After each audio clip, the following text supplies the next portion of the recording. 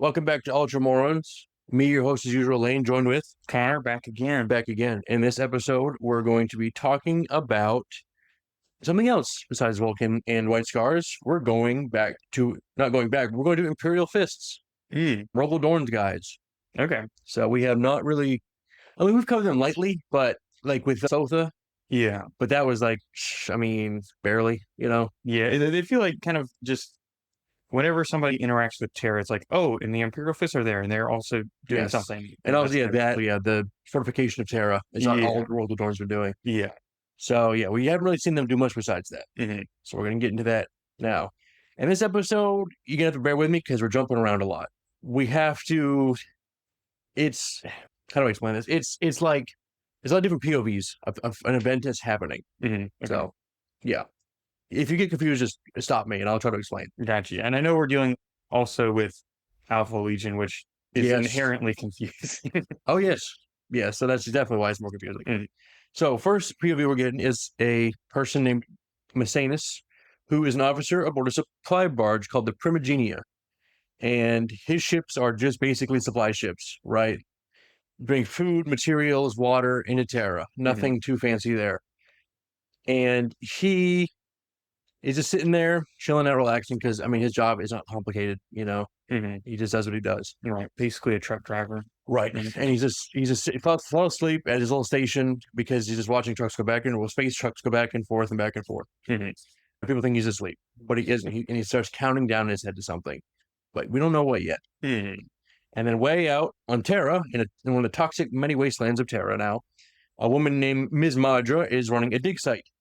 She hired a crew of scavengers to excavate something specific, and she's using a device called a triangulator to track how close they are. I mean, a triangulator, we know what that is, right? Triangulates positions. Right. So it's basically like a little metal detector. Mm-hmm. That's not a made-up word for 40K. It's a real thing. Mm-hmm. So, and she's paying these people to pick it up, and they don't know what they're digging up. She does, and she's not telling them what it is. Mm-hmm. And then in the Imperial Palace, in a place called the Bab Bastion, B-H-A-B, Bab Bastion, and there is a legionary named Archamus, and I have a picture of Archamus here. Let's see what it looks like. Kind of an old man looking guy. He looks more like a space wolf to me than a Imperial fist, but right. So he wakes up, and he has his gun in his hand. He's only been asleep for 30 minutes, and he's something called a Huscarl Master, which means he commands Rogel Dorn's personal bodyguard. So he's very important. Okay. And he's running himself down to exhaustion, just keeping the defenses going. Very tiring work, even for a space marine. Mm-hmm. And at another place, at a massive supply hub called the Damocles Starport, there is an administrator named Innis Nasigus, who is annoyed about a shipping delay and a ventilation fault that has dropped the temperature in his section. It's not the end of the world, but he's like, when are we going to fix this? This is getting out of hand, Right. My AC's broken. I think I'm not dying, but come on, And then we go to another place. Deep underground, far beneath the palace itself, there is a boy who has grown up in one of these underground cities. Mm-hmm. Because at this point, we talked about it a little bit, Terra is kind of a hive world. Mm-hmm. And what that means is you have hive cities, which are these massive super cities that you can put 1 billion people in one city. Right. Think of maybe more than billions. So you have China, India, and the other popular countries, even America, all stacked on top of each other, one big city. Mm-hmm. And so they go underground, they go in the sky, it's a whole thing. Right. And Terra has, at this point, probably, the numbers are so weird, but it's supposedly 1 trillion people live on Terra, which is just logistically, that doesn't even make sense, but whatever.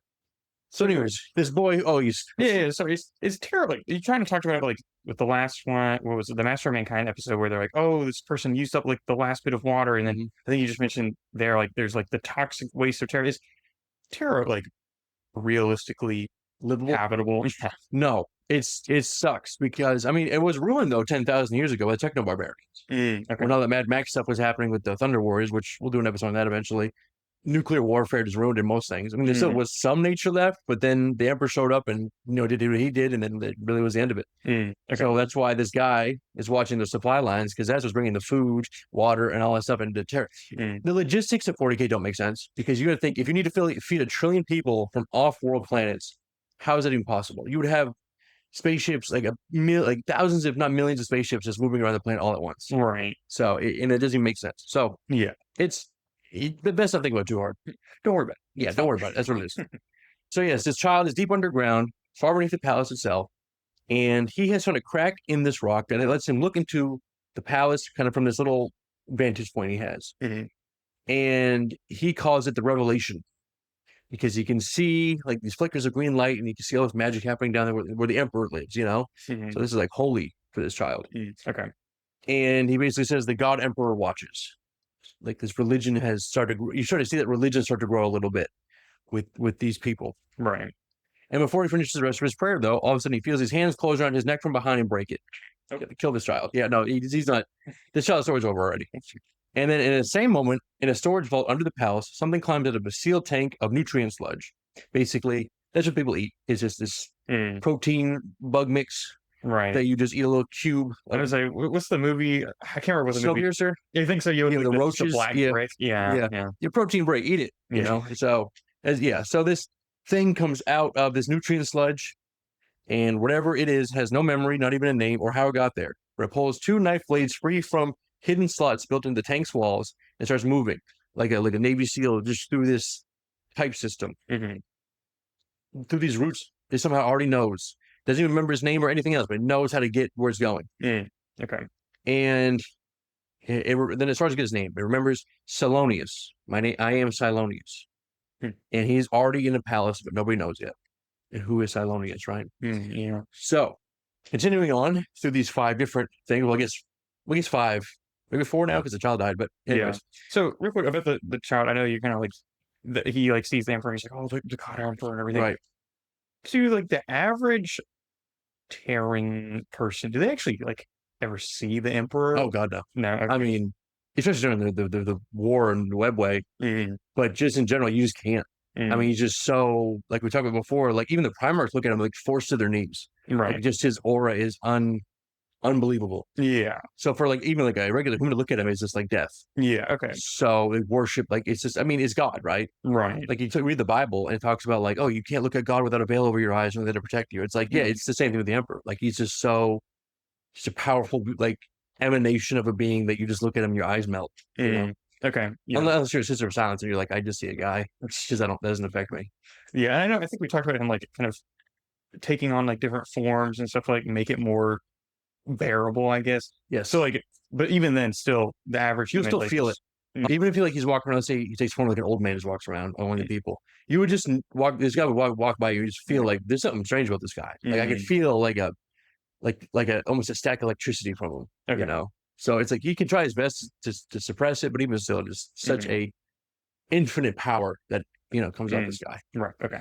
So that's why this child and probably his family worships the Emperor, because like, how can you not? Right. Even the Emperor says, "Hey, don't do that. It's bad." It's like, well, you're not giving him a reason not to. Yeah. It's kind of hard not to if you're like this crazy being. Yeah. This glowing being, a pure light.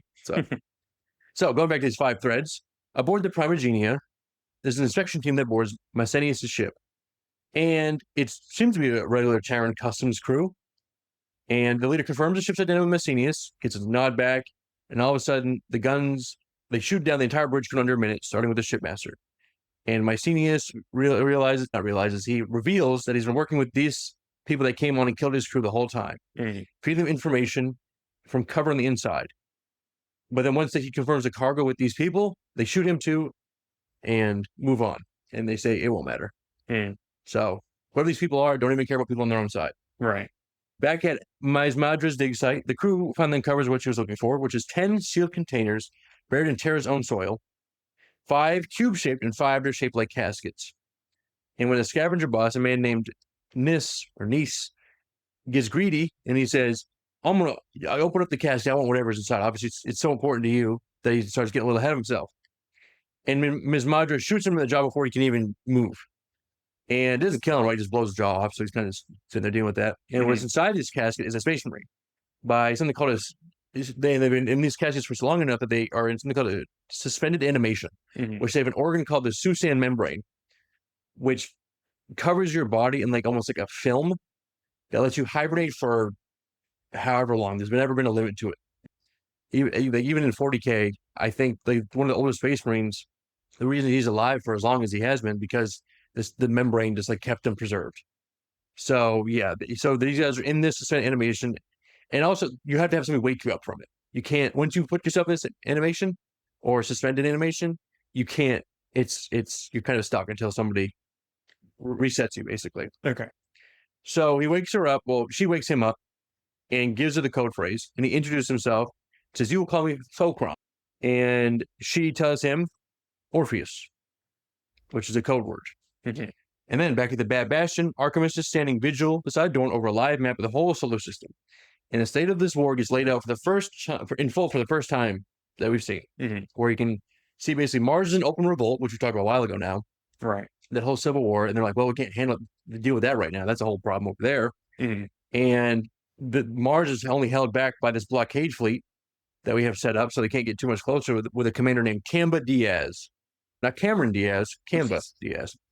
And these suicide fleets keep kind of probing this blockade, trying to break through, and they have to keep reinforcing it. So Mars is trying to do stuff, but it's not working. Okay, so they're like actively holding back the dark mechanic on you, right? Okay. Yeah, because they want to get to Earth to, spread the scrap code, or just take stuff, Omnisci is there. Right. So, and basically every night is treated as like a real invasion. Like, oh, tomorrow they might be here, so be ready, So it's really just everybody's tense. Right.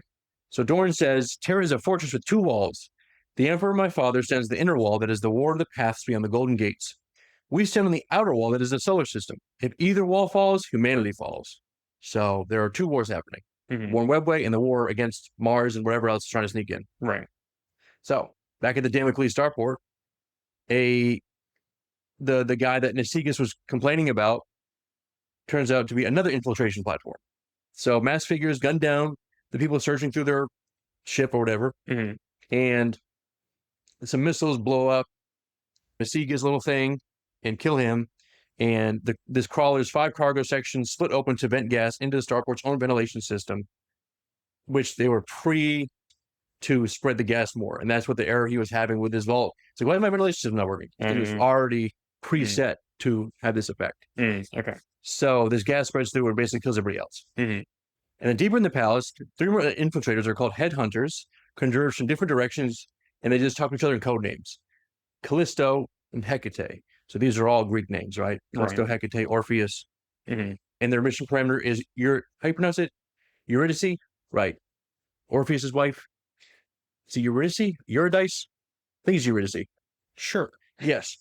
I think so. So that is the mission parameter, is Eurydice, whatever that means. And Silonius is climbing through the pipe system, and he ends up killing some labor worker and takes his robe and medallion, kind of covers himself up, and walks kind of back into public eye, basically, through a processional, past Imperial 5th century snipers, and they just don't even notice him. And he picks up some his gear from a different drop-off that was sent there decades ago, of these different just pieces of items for him to pick up that he still remembers where they are.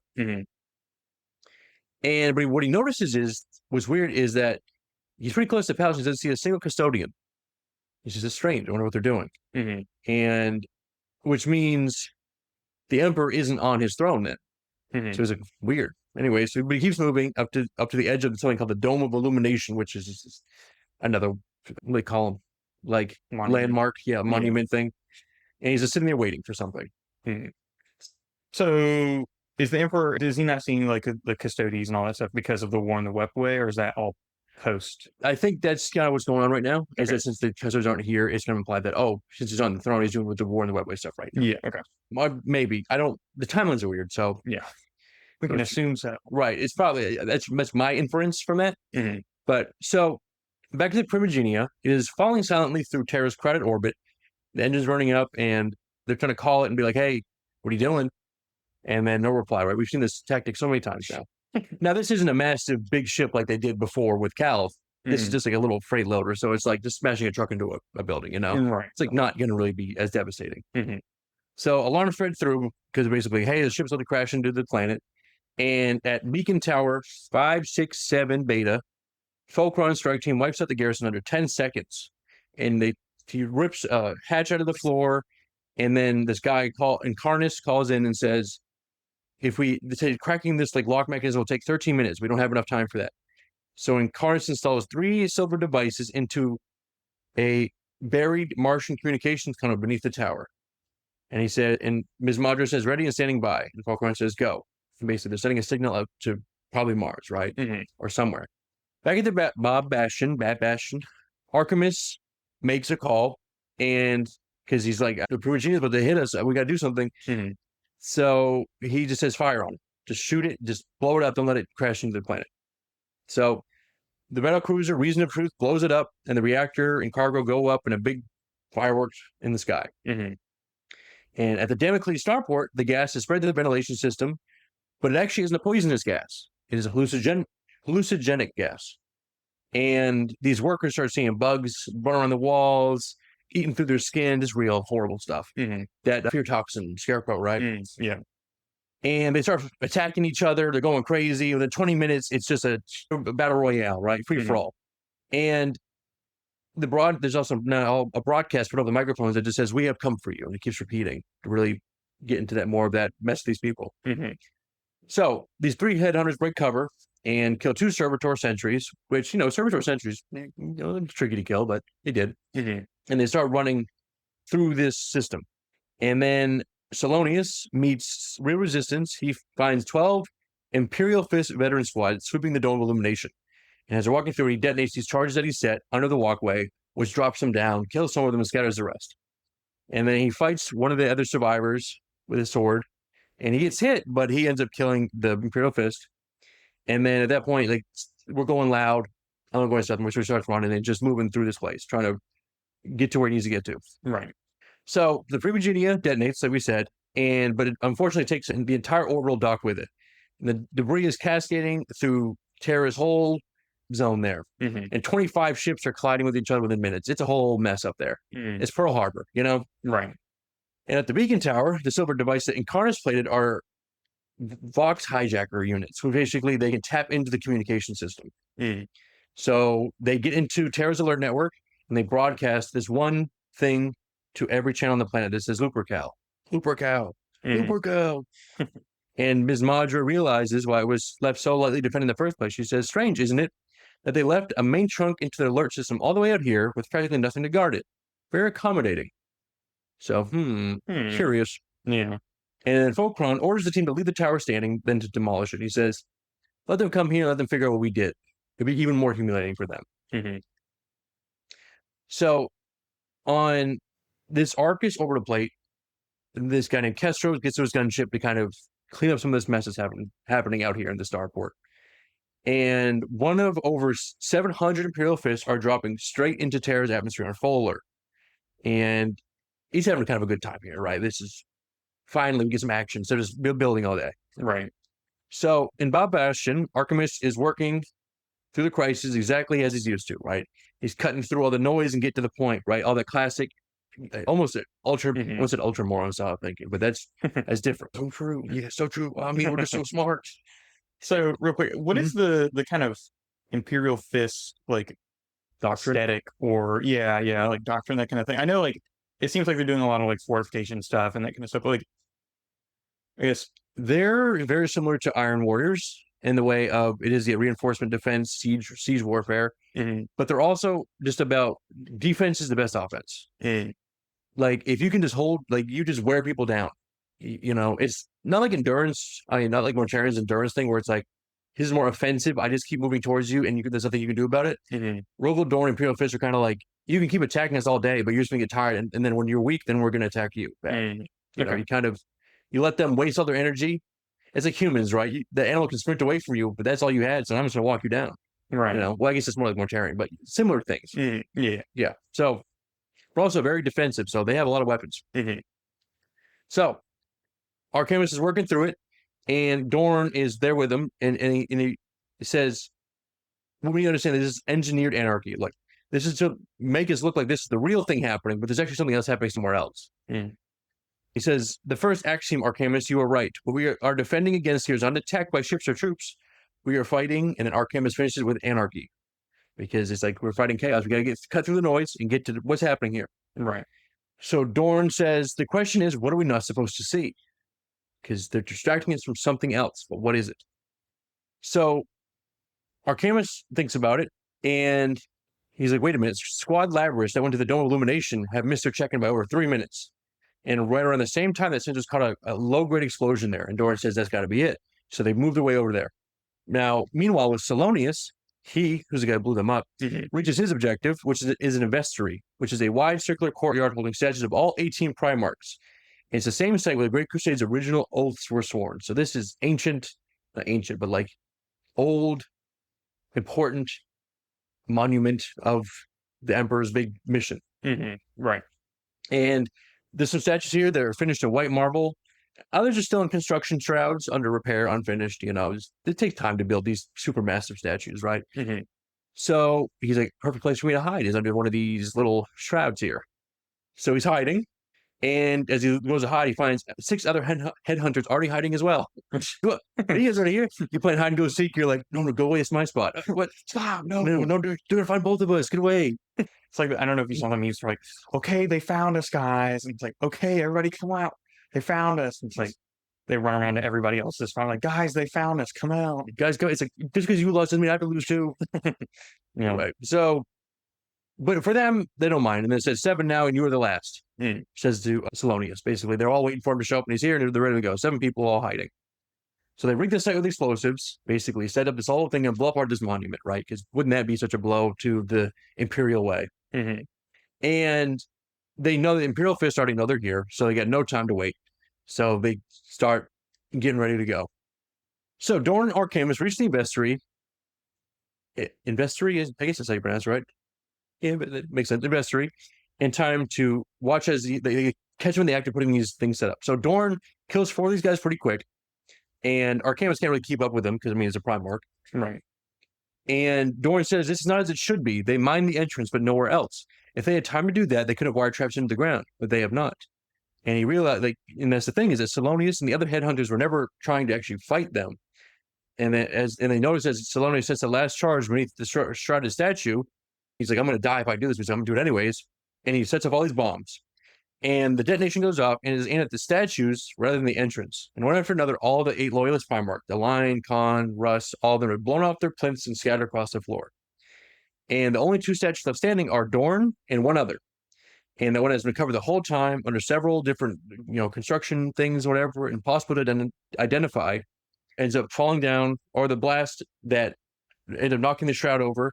It is Alpharius, the statue of Alpharius, leaning on his spear with the blade driven through the throat of a carved 2-headed serpent at his feet. And Dorn looks at it and says, oh, it was a message. So it's Alpha Legion who was setting up this whole sneaky thing here, obviously, right? Because who else would do all this work? This 20 years in the making plan. I've been buried here for decades, and finally, I've been down here for 40 years. You gotta take forever.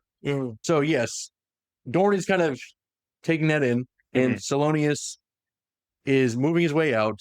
An infiltrator comes up to him and, says, let's get out of here. But Silonius kills him because he's like, they're going to take you alive. You're too weak to make it out. And Silonius drops through a drainage grate, sneaks out. But when that dying man gave the mission parameters, you're to see Silonius never answered back. Like, that's what we're doing. And the one he's been working on is called Orpheus. So there are 2 different missions happening here right now. And people in the Alpha Legion don't even know that another mission is happening. I'm telling you, Alpha Legion just do whatever they want. I don't trust anybody, not even yourself. That's what Alpha Legion does. So you see kind of how Alpha Legion work here, right? They could disguise it as an Imperial Fist, just do a little and then turn to that blue. Right. Or just like, this is kind of Silonius, what he looks like. He looks like any other Alpha Legion guy. Just 3-fingered point. What a weird point. It's like, oh gosh, it's the thumbs curved. I can't even do that with this hand anymore. The pinky hand, it's like, I could never imagine pointing. That's anything. What a weird way to point. That's why it's Alpha Legion. Is another one too? Is Alpha Legion just like Greek names? Is that just their like thing? It's kind of everybody's thing in a way. But yes, they use it because it's like it's called Damocles Starport. The Damocles story of the sword. So it's like they just love using Greek. You look at Ultramarines; their whole society is Greek. And that's true. I know Perturabo's planet was called Medusa. Yeah. So I think it's just naturally like the only ones who don't do that is like White Scars. Yeah. There's just like a Central Asian type of thing. So okay. I guess Vulcan doesn't really either. Salamanders don't. There's more like just different. I don't even know what they would be. I know Space Wolves is kind of Viking. Yes. Yeah. Nordic, yes. And then I guess I was also curious. I know we were talking about. I think it was Silonius. Like, It's like, I killed the laborer, and I went through. I'm like, wouldn't people know that this guy is like, That's the thing. It's like, well, 3 who knows? feet taller? Maybe he's just like a big guy. You know what I mean? Because it's hard. When you have trillions of people on a planet, some of them might just be big mutant people. Mm-hmm. And if guys walking around in his robes, just walking around, and you're like, well, I'm not worried about it. I'm at the Golden Palace. Also, even if the humans like, hey, that kind of looks like a space marine, it's just like, well, yeah, the space marines around. I don't know. What do you want me to do about it? And there's no custodians here, so it's like, who's going to really notice to care? Yeah. The Imperial fists are just doing whatever they're doing. Roll the North distracted. So right. Also, maybe it's surgically made Silonius a little smaller. Yeah. So it's all Yeah. convenience. Mm-hmm. So back at the Damocles starport, Kestros and his squad have been fighting without break for like 20 hours straight. Not minutes, hours, trying to purge the starport full of these insane civilians. And it's just, the starport just said like, oh, it's like 100 people here. It's like thousands of people here. Right. Like everything in 40K is so maximized. Mm-hmm. Like, so he's killing more people than he did today than most legionaries kill in a campaign. Mm-hmm. Like he is just mowing through people because these people are just gone crazy. It's a Joker gas. Conrad Courage is up here. So, and he feels bad though because he's killing humans, right? These aren't just like space marines or aliens. It's like, I've got to kill these crazy humans, but so what else am I supposed to do? Right. So partway through, two figures behind a staggered crates shoot missile launchers at him, and he spots them just in time to shoot first. And luckily they don't kill him. But then he looks at him and realizes they're just ordinary humans, no hallucination. And they're wearing but they have these cartel tattoos that he noticed that the people that first attacked the station with on their crawler have as well. Mm-hmm. He doesn't really recognize it though. But then he thinks about it and he's like, this is not a war, this is butchery. Like they're doing whatever they're doing here this isn't normal warfare. Right. Because you're not dealing with normal war people here. You're dealing with Alpha Legion. Even they don't even know what they're doing. Yeah. I'm gonna make the thumbnail that. Don't trust me, not even yourself, but it's just two Alpha Legion guys. It's the Spider-Man meme, but it's right. Alpha Legion. Get all pointing at each other. And one of them is pointing at himself. So back at Bob Bastion, Archamus is called to a vault where 6 dead infiltrators for the Investiary have been laid out under stasis fields. And Dorn is waiting there, and he tells Archamus, he's like, what do you see? And basically do a little detective mode. He's like, tell me what you're piecing together from this. Mm-hmm. And Archamus works it out. And he says the body show muscle wasting consistent with long-term hibernation, not an injury. So that's just a sand membrane, which means these warriors are kept in the coma somewhere on Terra, left here, and specifically for this attack were awakened. He says that like this was planned a long time ago. The roots in the layout of the palace, the coordination of different assets to enact multiple operations at the same time. This is not something that was thrown together. This was laid down years ago, before the war even began, perhaps. And Dorn corrects him, says before that, this treachery is older than Isfahan. So that means Alpha Legion was trying to be traitors before they even were approached by the Cabal. Yeah. It's like, so what does it even matter? It's just and that's what I was thinking. I was like, when they're like, oh, these coffins were planned here decades ago. And I was like, were they even traitors decades ago? They just wanted to be ready. Yeah, they're like, just a contingency. Yeah, what if we want to be traitors though? It's like, what? Keep the option. Right. It's funny because the Emperor like made these guys. I think there actually is a theory that the first primary front wasn't Horus, it was Alpharius. But Alpharius was kept in secret until the end, where he's like, I'm here now, actually. I was the last one found. It's just like, man, that must be so frustrating. Be like, I just asked you to do one thing. What are you doing? Yeah. And I'm figuring out, trust me. Don't worry about it. Yeah, don't worry about it. Hey, you're thinking too much about it. I don't even know what I'm doing at this point. So, and they look at another body, and this corpse is killed by a shot that none of them fired. It is a Quicksilver stalker round, which they didn't use that, know. And he realized, one of them killed each other on purpose to make sure the person who killed him escaped along with no witnesses. And Archamus says that means that not all of them died in the Investiary. One of them escaped and killed his brother in the process. And Archamus asks the question, he's like, what do they get from this? Every piece of thing that damaged will get repaired. I mean, it's a statue. We can rebuild them. And Dorn says the purpose was to show that they could. Sometimes it's mind games. Right. Like I went into your house and I ate your food and I left. I'm like Santa Claus. You know what I mean? And there's nothing you could have done about it. Like it's real mind games. Because like think about, a guy breaks in your house, you have a gun, you shoot him, at least in America. Or you call the cops. Imagine a guy broke in your house, like stole one thing, or ate your food, or used your toilet, and then didn't do anything else and left. That would mess with you way more than just a guy trying to break in your house. Right. Almost like the horror movie thing where it's like somebody, writes something on your wall or something. It's like, right. Oh, I didn't even know that was a possibility. Did you ever watch that movie Hush? No. Oh, it's the one where she's in the cabin of woods and she's like deaf, I think. Oh, yeah, the guy sneaks into the house and she can't hear him, and it's just like, oh, that'd be the worst. Yeah. So, but yes, they're just messing with him, mind games. Mm-hmm. So Dorn tells Archamus, he says, hunt down whatever Alpha Legion forces are left in the solar system, but do not tell anybody what you're hunting, because we can't trust anybody, not even ourselves. And he says, I need to defeat the Legion in Terra, or defend the Legion in Terra. I need you to be Praetorian to Praetorians. Like you said, Archamus is like, hey, you got it, boss. So later on the parapet of Bad Bastion, Dorn explains to Archamus exactly why he has to work on this alone. But Archamus argues that he says we should publicize the threat and deny Alpha Legion of any hiding place. And Dorn says that's a wrong way to think. And he says, remember what he felt the moment the attack started. And Archamus says, when the alarm sounded, there was a moment when I thought that it might be real, that we might have lost before we even began to fight. And that reaction, Dorn says, is the entire weapon. That's how they work. Then he quotes something to Archamus that the Emperor told him directly about how the Alpha Legion fights. He says, such are we in this art of war are like unto serpents, to lie out of sight, to strike swift, to carry such poison in our mouths that men fear to tread where we may lie. That's a different book, Fear to Tread. But so yeah, it's Alpha Legion. It's just, you almost kill yourself before they even show up. Like, you ever seen that movie, Bodies, Bodies, Bodies? I don't want to spoil it. But the ending of that movie is so funny because you're like, you guys get yourself so worked out about something that wasn't even real. You know? Okay. It's a conservative playbook, right? So it's yeah, like that's how Alpha Legion get you. They make you think something bad is happening, and then you go crazy. Yeah, get you paranoid. Exactly.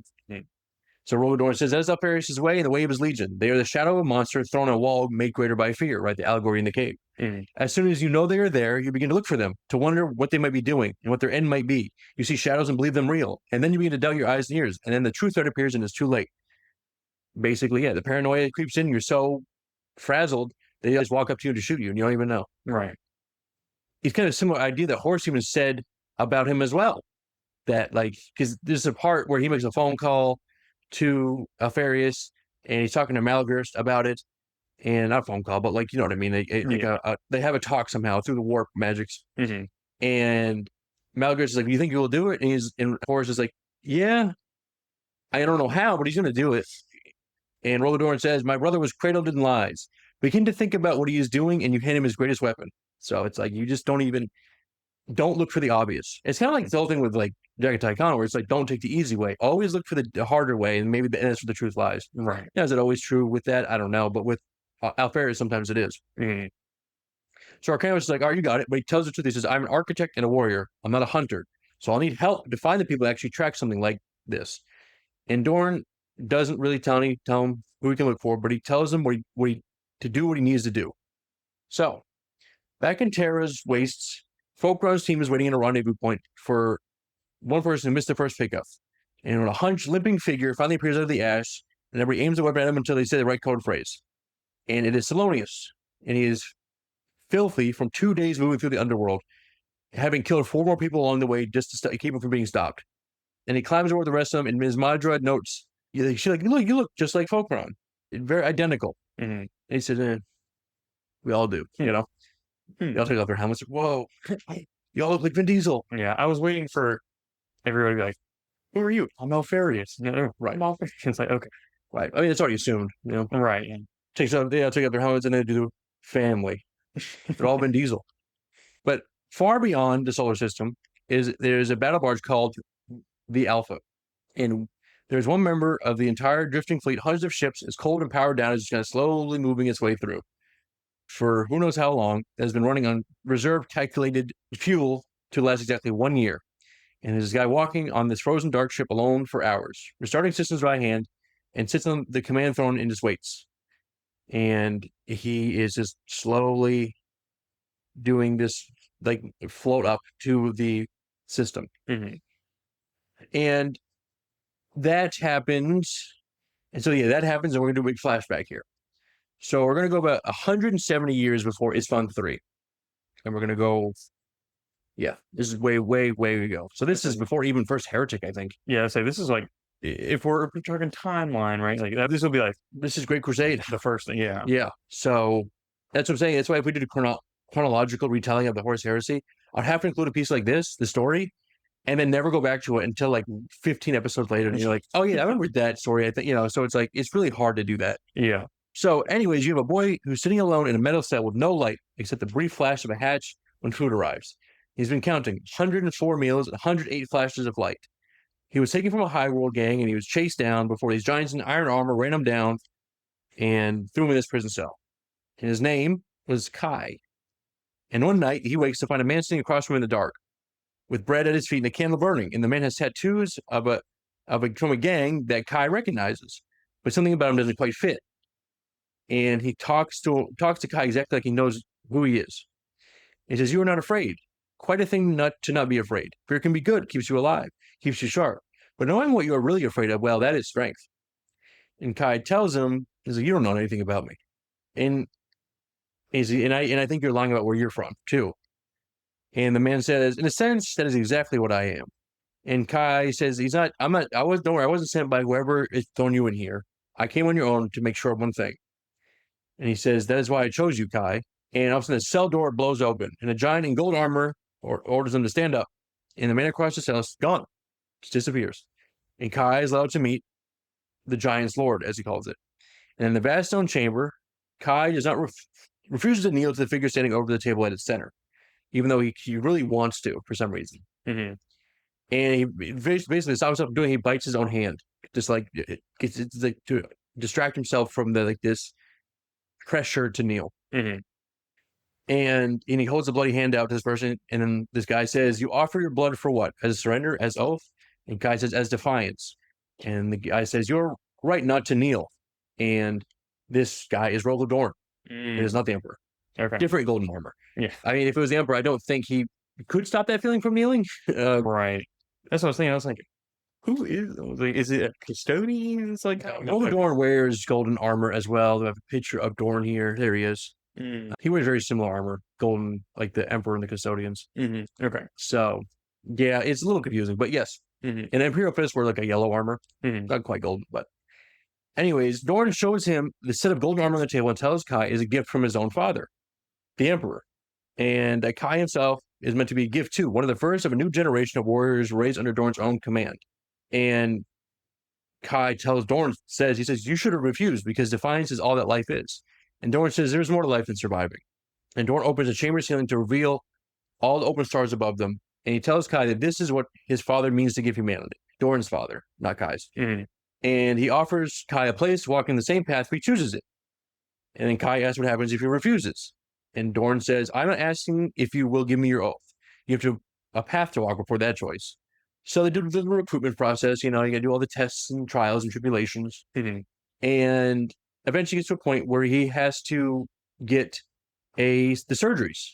And what I like about this part is it really gets the detail of these Space Marine surgeries, because we talked about it so many times now. Mm-hmm. And it's brutal. It's not, "Oh, we'll put you to sleep. You'll be up in like 12 hours, new heart or whatever." Right. It is, he wakes with his eyelids are pinned open. He can't blink. And there's an apothecary that basically tells him, "You're persistent. I'll give you that," because he's struggling against these things. Mm-hmm. And the room around him is rows of metal racks under a vaulted glass ceiling. And there's a naked figure bound upright, each one, helmeted with tubes running into their arms and chests. And the apothecary tells him the odds of what is being done. He says, 1 in 100 survives the first phase. So Kye watches it happen to somebody else before it moves to him. Mm-hmm. And this youth collapses out of his restraint, still alive, and is thrashing, striking, trying to get the servitors. And one of them presses a tube to the back of his skull, and then he hears this thunk sound, and the youth drops with a neat hole punched through his head. Little cow thing, right? Mm-hmm. Yeah. And the apothecary says, "That's what breaking looks like. We don't want you to break. We want you to be unbreakable." And Kye says, "I won't submit." The apothecary says, "Good." And he gets into the surgery, and Kye is awake for most of it. They don't put you to sleep for this one. And he gets they're cutting chunks of meat out of him, and they're putting new organs in, and he gets a second heart stitched to his first heart, and his blood becomes thicker because of it. And the pain starts to fade away, and it kind of comes this dull feeling that he gets. And the apothecary is like stapling him back up. And he says, "You take this well, boy. Some die from this even after coming so far." And Kye says, "Most die before the end of what you're doing to us." The apothecary says, "Yes, they do." And you can also just feel his mind being rearranged as well. There's machines that is kind of clamped to his skull that is doing this. It's like a hypnotic therapy.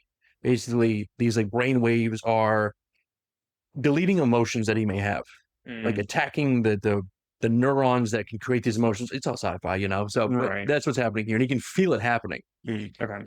And like the memories that he has of his like still a child, but like childhood is starting to fade away, and they start to look like somebody else's memories because he's getting a new identity as this is happening. Mm-hmm. And the apothecary asks him, "Can you remember why you even resist anymore?"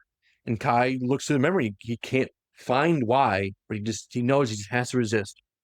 And he says, "I do not remember." And apothecary says, "Strength does not require reasons." So Kye is chained by the neck to 2 other aspirants for a survival trial. They're a tall, half-asleep warrior and a shorter one covered in brand scars who introduced himself as Archamus. Metal scale beasts come out of the dark for them almost immediately. So these are 3 guys all chained together. Kye's one of them. Archamus is another one, and there's another guy. Right. And they all have to fight together to kill these metal beasts, and they're fighting as one unit because they have to.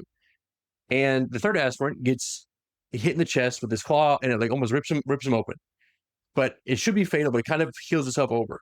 And he tells him, the other 2, his name is Yona, and Kye says, "I'm called Kye." Mm-hmm. So they survive together. They're climbing clear of the beast, and they get up to a forest of girders, and they're basically you do like an obstacle course thing, ninja warrior, And Archamus is needling Kye, but his hybrid upbringing the whole way. And Yonad isn't quite really saying anything. He's so surprisingly like healed up from that huge scratch. And later, 3 of them have to hold a defensive position together during a training mission in a derelict, depressurized ship that they watch 3 empty corridors for an enemy that they don't know if it's going to show up or not. And Kye says, "What if there is no threat? And the only thing holding us here is that we think there is a threat." And Yonad insists that, "No, we have to stay here exactly as ordered." And Archamus starts leaning more towards Kye's down. He says, "That's a valid point. They don't have the chains anymore on their neck at this point." Right. And he says, "Okay, I'm going to go move on with Kye." And as he does, a bunch of enemy servitors ambush Archamus and kill him, basically. He gets shot down here. Mm-hmm. And Kye survives. He's badly maimed. He loses an arm and a leg and gets replaced with bionics. And when he wakes, the apothecary tells him, he says, "Then he died for your weakness," basically to Archamus. Mm-hmm. And there are 20 aspirants left of this whole cycle with Kye and Yonad there, and are brought before Dorn himself in a dark temple lit by one fire to swear their oaths as the very first warriors ever raised into Dorn's own legion. So this is the very first Imperial fists. Right. And Dorn doesn't dress it up. He says, "If it demands our suffering, we will bear that pain. If it demands our lives, then we will go to our death knowing that we die for the future." And these aspirants steps forward, thrusts a bare fist into the fire, and speaks their oath and name without flinching. Then Kye's turn comes. He does the same, but he says something differently. He says, "I will give you my oath, but the name that goes with oath will not be Kye." And Dorn says, "What are you afraid of?" And Kye says that others will die for my weakness, that I will fail. And Dorn says, "That what name would you have?" It says, "Archamus. My oath name will be Archamus." So that Archamus that is next to Dorn in the future is Kye. Okay. Yes, the Archamus, he took Archamus in because he felt so bad that he got him killed in an accident. Okay. Do we know kind of who that figure was? I was like, you gotta resist. Nope. Just spooky shadow figure. It's always like that, right? I don't know, a custodian. Like, or maybe it isn't a custodian, or maybe it's just like the Emperor, or maybe it's, it's probably not the Emperor, but like it's Alpha Legion. Who knows, right? All the way back then, they were like, "Hey, do this thing." It'd be really funny if you did it. Right. It'd be really funny if you like kept fighting. But yeah, so that is how Archamus comes to be. He's called the last of the first because he is I think the only one still alive from that original 20 that generation of Imperial Fists. Okay. Eventually Yonad dies at some point. But yes. Right. But yeah. So a little bit of history there. I just concluded really for that surgery scene to really see like this is what they do. It is not pretty. Right. It's not fun. Most of them die when during the process. Yeah. It's so funny like this is so far in the future and it's like, oh, they must have like great medical stuff. And they're like, let's just keep them awake during all this. Right. It'll be fine. Yeah. Well, the way they justify it is that like they're like, well, it's because like we need to know how you take to it right away. It's kind of like when you get brain surgery and they say you keep you awake so you can like play an instrument to see if they actually hit something to make sure like, oh, move. Oh, you forgot how to talk. Let's reconnect that. And so it's similar to that, I think, thinking, but also at the same time, it's like, all right, it's still pretty brutal. Yeah. But I don't know. It is what it is. It's all grim dark. So back to the modern time. Kestros gets eventually pulled from his company without explanation, is locked in the cell on Arcus orbital plate. And when the door finally opens, it is first in there is Archamus. And Kestros drops to one knee because people love Archamus. I mean, he's the last of the first. Like it's kind of like Horus and the Emperor, right? They've known each other the longest, unless you're kind of Alpharius, but they know each other the longest, and so they have such a relationship together. So everybody respects Archamus for that. Right. And sorry, Kestros was the guy that was shooting up the space station are fighting through the space station. Got it. So yes, they put him in a cell because they're like, hey, we need to figure out what happened there. Mm-hmm. So Archamus says, this is not about a stand on your honor, nor that of your company, nor is it about censure. Your Legion and Primarch have need of your service. Archamus doesn't really explain any further, but they board a little ship and they go towards Luna, the moon. And Kestros admits he doesn't understand why he's been chosen for whatever this is. He says, I'm not a warrior of strategy or mysteries. The edge of a blade and bullet shell are my realm. I understand what we were doing, just not my place in it. And Archamus says that we stand in the same place. Because he's like, I don't know either. Dorn just told me to do this. So, yeah. We have a picture of him. That's Archamus. That's why he looks so old, is because he's been alive for probably almost 200 years. So, yeah. I do not. No, well, that's fine. Obviously not that important. But anyways, Archamus tells him the truth of the assignment. He says that we're hunting Alpha Legion within the solar system in total secrecy. And Kestros is like, I don't really want to do this. I'd rather fight honest wars. Alpha Legion don't fight honest wars. So, out in the void, there's a scavenger vessel called the Wealth of Kings. And Ms. Madra finally has time to study this 5 space marines she dug out of the Gobi wastes, the wasteland she was digging in. It was the Gobi Desert. Okay. And Fulcron never stops moving. He's always kind of just like ready to go. Get a little ADD or something, you know? I can say that because I have it, okay? Before I get canceled, get in. Nah, the ableist scum. And Calix stands so still that instead it was even more. So there's another guy named Calix, and he's like statue still. He's like, I'd rather you just move a little bit because this is weird to see a giant just standing there perfectly still in this suit of armor. And there's another guy named Orn who's like right next to Fulcron that only speaks only whispers. There's another guy named Hecarin who is covered in luminous green tattoos and grins constantly with these sharp teeth. And Silonius sits apart from all of them, kind of observing all of these guys here. So, and also the thing I think about too is those Alpha Legions who were buried on the Earth that long ago are just different mentally and culturally than of what has been happening since their burial. Right. So these guys are just a little weirder. Yeah, and I feel like that happens a lot with the kind of different Space Marine factions. I know, like, I think we're talking about with Dark Angels too, where there's like the Calibanites ones that kind of went under like the orders and all that kind of stuff versus the ones down, that kind of stuff. You get them from the other planet. They don't care about your medieval knights and all that kind of stuff. Whereas like, yeah, you get the Calibanites like Zahariel. It's like for him, it's like, no, that was very important. That's our culture, you know? Yeah. And that's kind of the whole thing with that is that like that's our culture and Imperium is trying to come here and get rid of it. Right. So that's Luther's whole problem. Yeah. Exactly. And the White Scars have like a similar thing, I guess, with kind of with the Horgan. I think so, yeah. Or he's like, I want to be a lunar wolf. And they're like, too bad, you're not going to be a lunar wolf. And he's like, yes, I will be. Please, please. He's like, nah.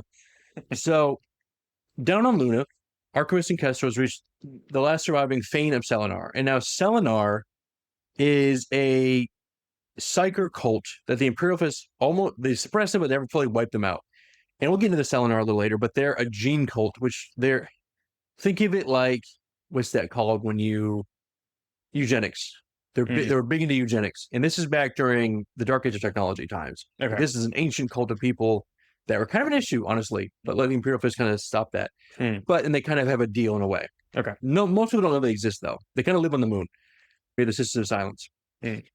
So, yes, the leader, Matriarch Heliosa, and I think I have a picture of Heliosa. There we go. There she is. You know, she's like too crazy. She has some wires in her head, but, you know, what's new? She's a psyker. So, she is, well, the picture doesn't do her justice necessarily, where she kind of floats to them, and she's wearing has tubing and all these different machines. And she says, welcome to the last Thane of Selenar, sons of Dorn, to welcome them, because they did, you know, it's a poor relationship, because she doesn't really want to work with them, but she's like, well, if you're coming to me, something must be desperate. Right. So are they like normal human-ish? I mean, they're psychers, but yes, they're not. Okay. They just have a lot of... okay. They actually they really like humanity. They actually had a problem with the way the Emperor wanted to do things. And that's kind of how they got in trouble originally. Because they were like, you are going too far with like your genetic work with Space Marines and Primarchs and all this stuff. And Emperor says, you don't know what you're talking about, shut up. And, you know, Imperial Fist killed those Selenites. So, yeah. Okay. So back aboard the Wealth of Kings, Silonius gets a memory, it hits him so suddenly, it almost like a physical hit. And he's back into a chamber lined with stasis-sealed relics standing in front of Alpharius himself, being briefed on an operation described in terms deliberately kept vague even to him. Alpharius says there is not one mission parameter in play. There are several. We're also using assets that were put in place a long time ago. They have slept under Earth for a decade. The mission parameters they will follow initially will serve our ends, but they are not specific to the current need. You will provide that specificity. And Alpharius tells me the operation is too important to risk to ordinary secrecy, since Terra has minds capable of pulling the secret out if somebody really knows it, right? We talked about it before with Psychers, how they can just dig into your mind and be like, I know what you think, and take that memory out. So they have to have ways to obfuscate their memory. Right. Kind of like John Grammaticus and what's his name had that ability. Like, I can't remember. I think we talked about it in the Vulcan episode where they're trying to read Grammaticus' mind. He can like hide his memories as like a metaphor. Yeah. But the Psycher's like, I know you're trying to do that, so you either tell me I'm gonna crush your brain, you know? Yeah, he was like trying to make up memories, I think. Right. Yeah. And he's like, I know, but the Psyker was smart enough to realize that, whereas a lower level Psyker might not be able to do that. Right. So Alpharius says the only way to truly keep a secret is to keep it from yourself. He says, don't trust anybody, not even yourself. So keep a secret from yourself. What? Yeah. It's like I bought myself a Christmas present and then I hid it and I forgot about it. Whoa. Cool, $20 in my pocket. That's awesome. I forgot to put that there. So 2 identical Alpha Legion Psychers step forward and perform the procedure, which is a psychic reconstruction. They wipe the operation's true purpose out of Silonius' own mind to be recovered till some unknown trigger calls it back. Basically, if I say a code word, he's a sleeper cell. Right. I say a code word, you're activating. Oh, now I know what I need to do. Because if you're a Psyker and try to dig in, there's nothing to dig in. It's gone. It's like compressed in this thing that you have to know how to get to. And Silonius says, what are you going to take from me? And they say, everything. It's like, you will have no name. You will have no identity. What is that thing from Metal Jacket? You will not cry. You will not laugh. Oh, So but all of a sudden now it's all trying to sink back into him, this memory with Silonius. And he finds Fokron is watching him really closely. And he noticed that, wait a minute, he's having a reaction over there. In a little episode. Yeah, wait a minute, you're having that's a Raven vision. And Silonius says, everything is as it should be. Don't worry about me. Sorry, I had a little, it was nothing. So, all right, I'm on to you. I can't trust you or anybody here. And that's what Orpheus is that there's a second mission that Silonius is carrying that he doesn't know when he's actually going to be activated to do it. But this is a very important mission that Alpharius himself says is going to be your duty to do this specifically. Okay. So this other stuff they're doing right now is that the other Alpha Legion think is the main mission, is their main mission, but it's not truly the true main mission. That's what I'm saying.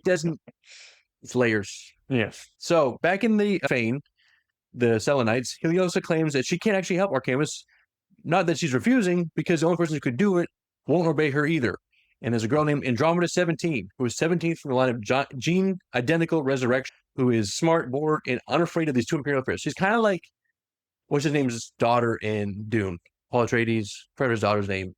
Oh man, I forget her name. But yes, you've seen Dune, right? Yeah. The kid just like, she walks around and just like tells her what to do. It's like that. This little child who's just like, I don't care what space, what are you going to do? Kill me? There's 17 of me that have been killed.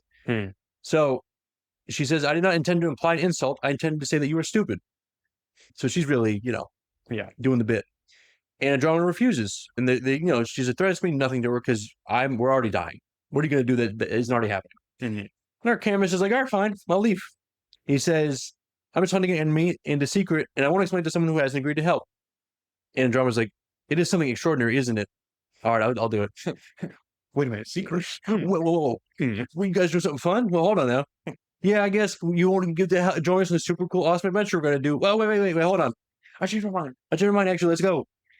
So, jumping around back to a person named Armina Fell, and she is blind, but she can see through the warp. She kind of sees an echo of people, like a Daredevil type of thing in a way. Yeah. Exactly. And she is working near Dorn, and she delivers them a report from a world called Phaeton, and it's not good news. She says, all is silence. No ships come, no news comes, all is silence.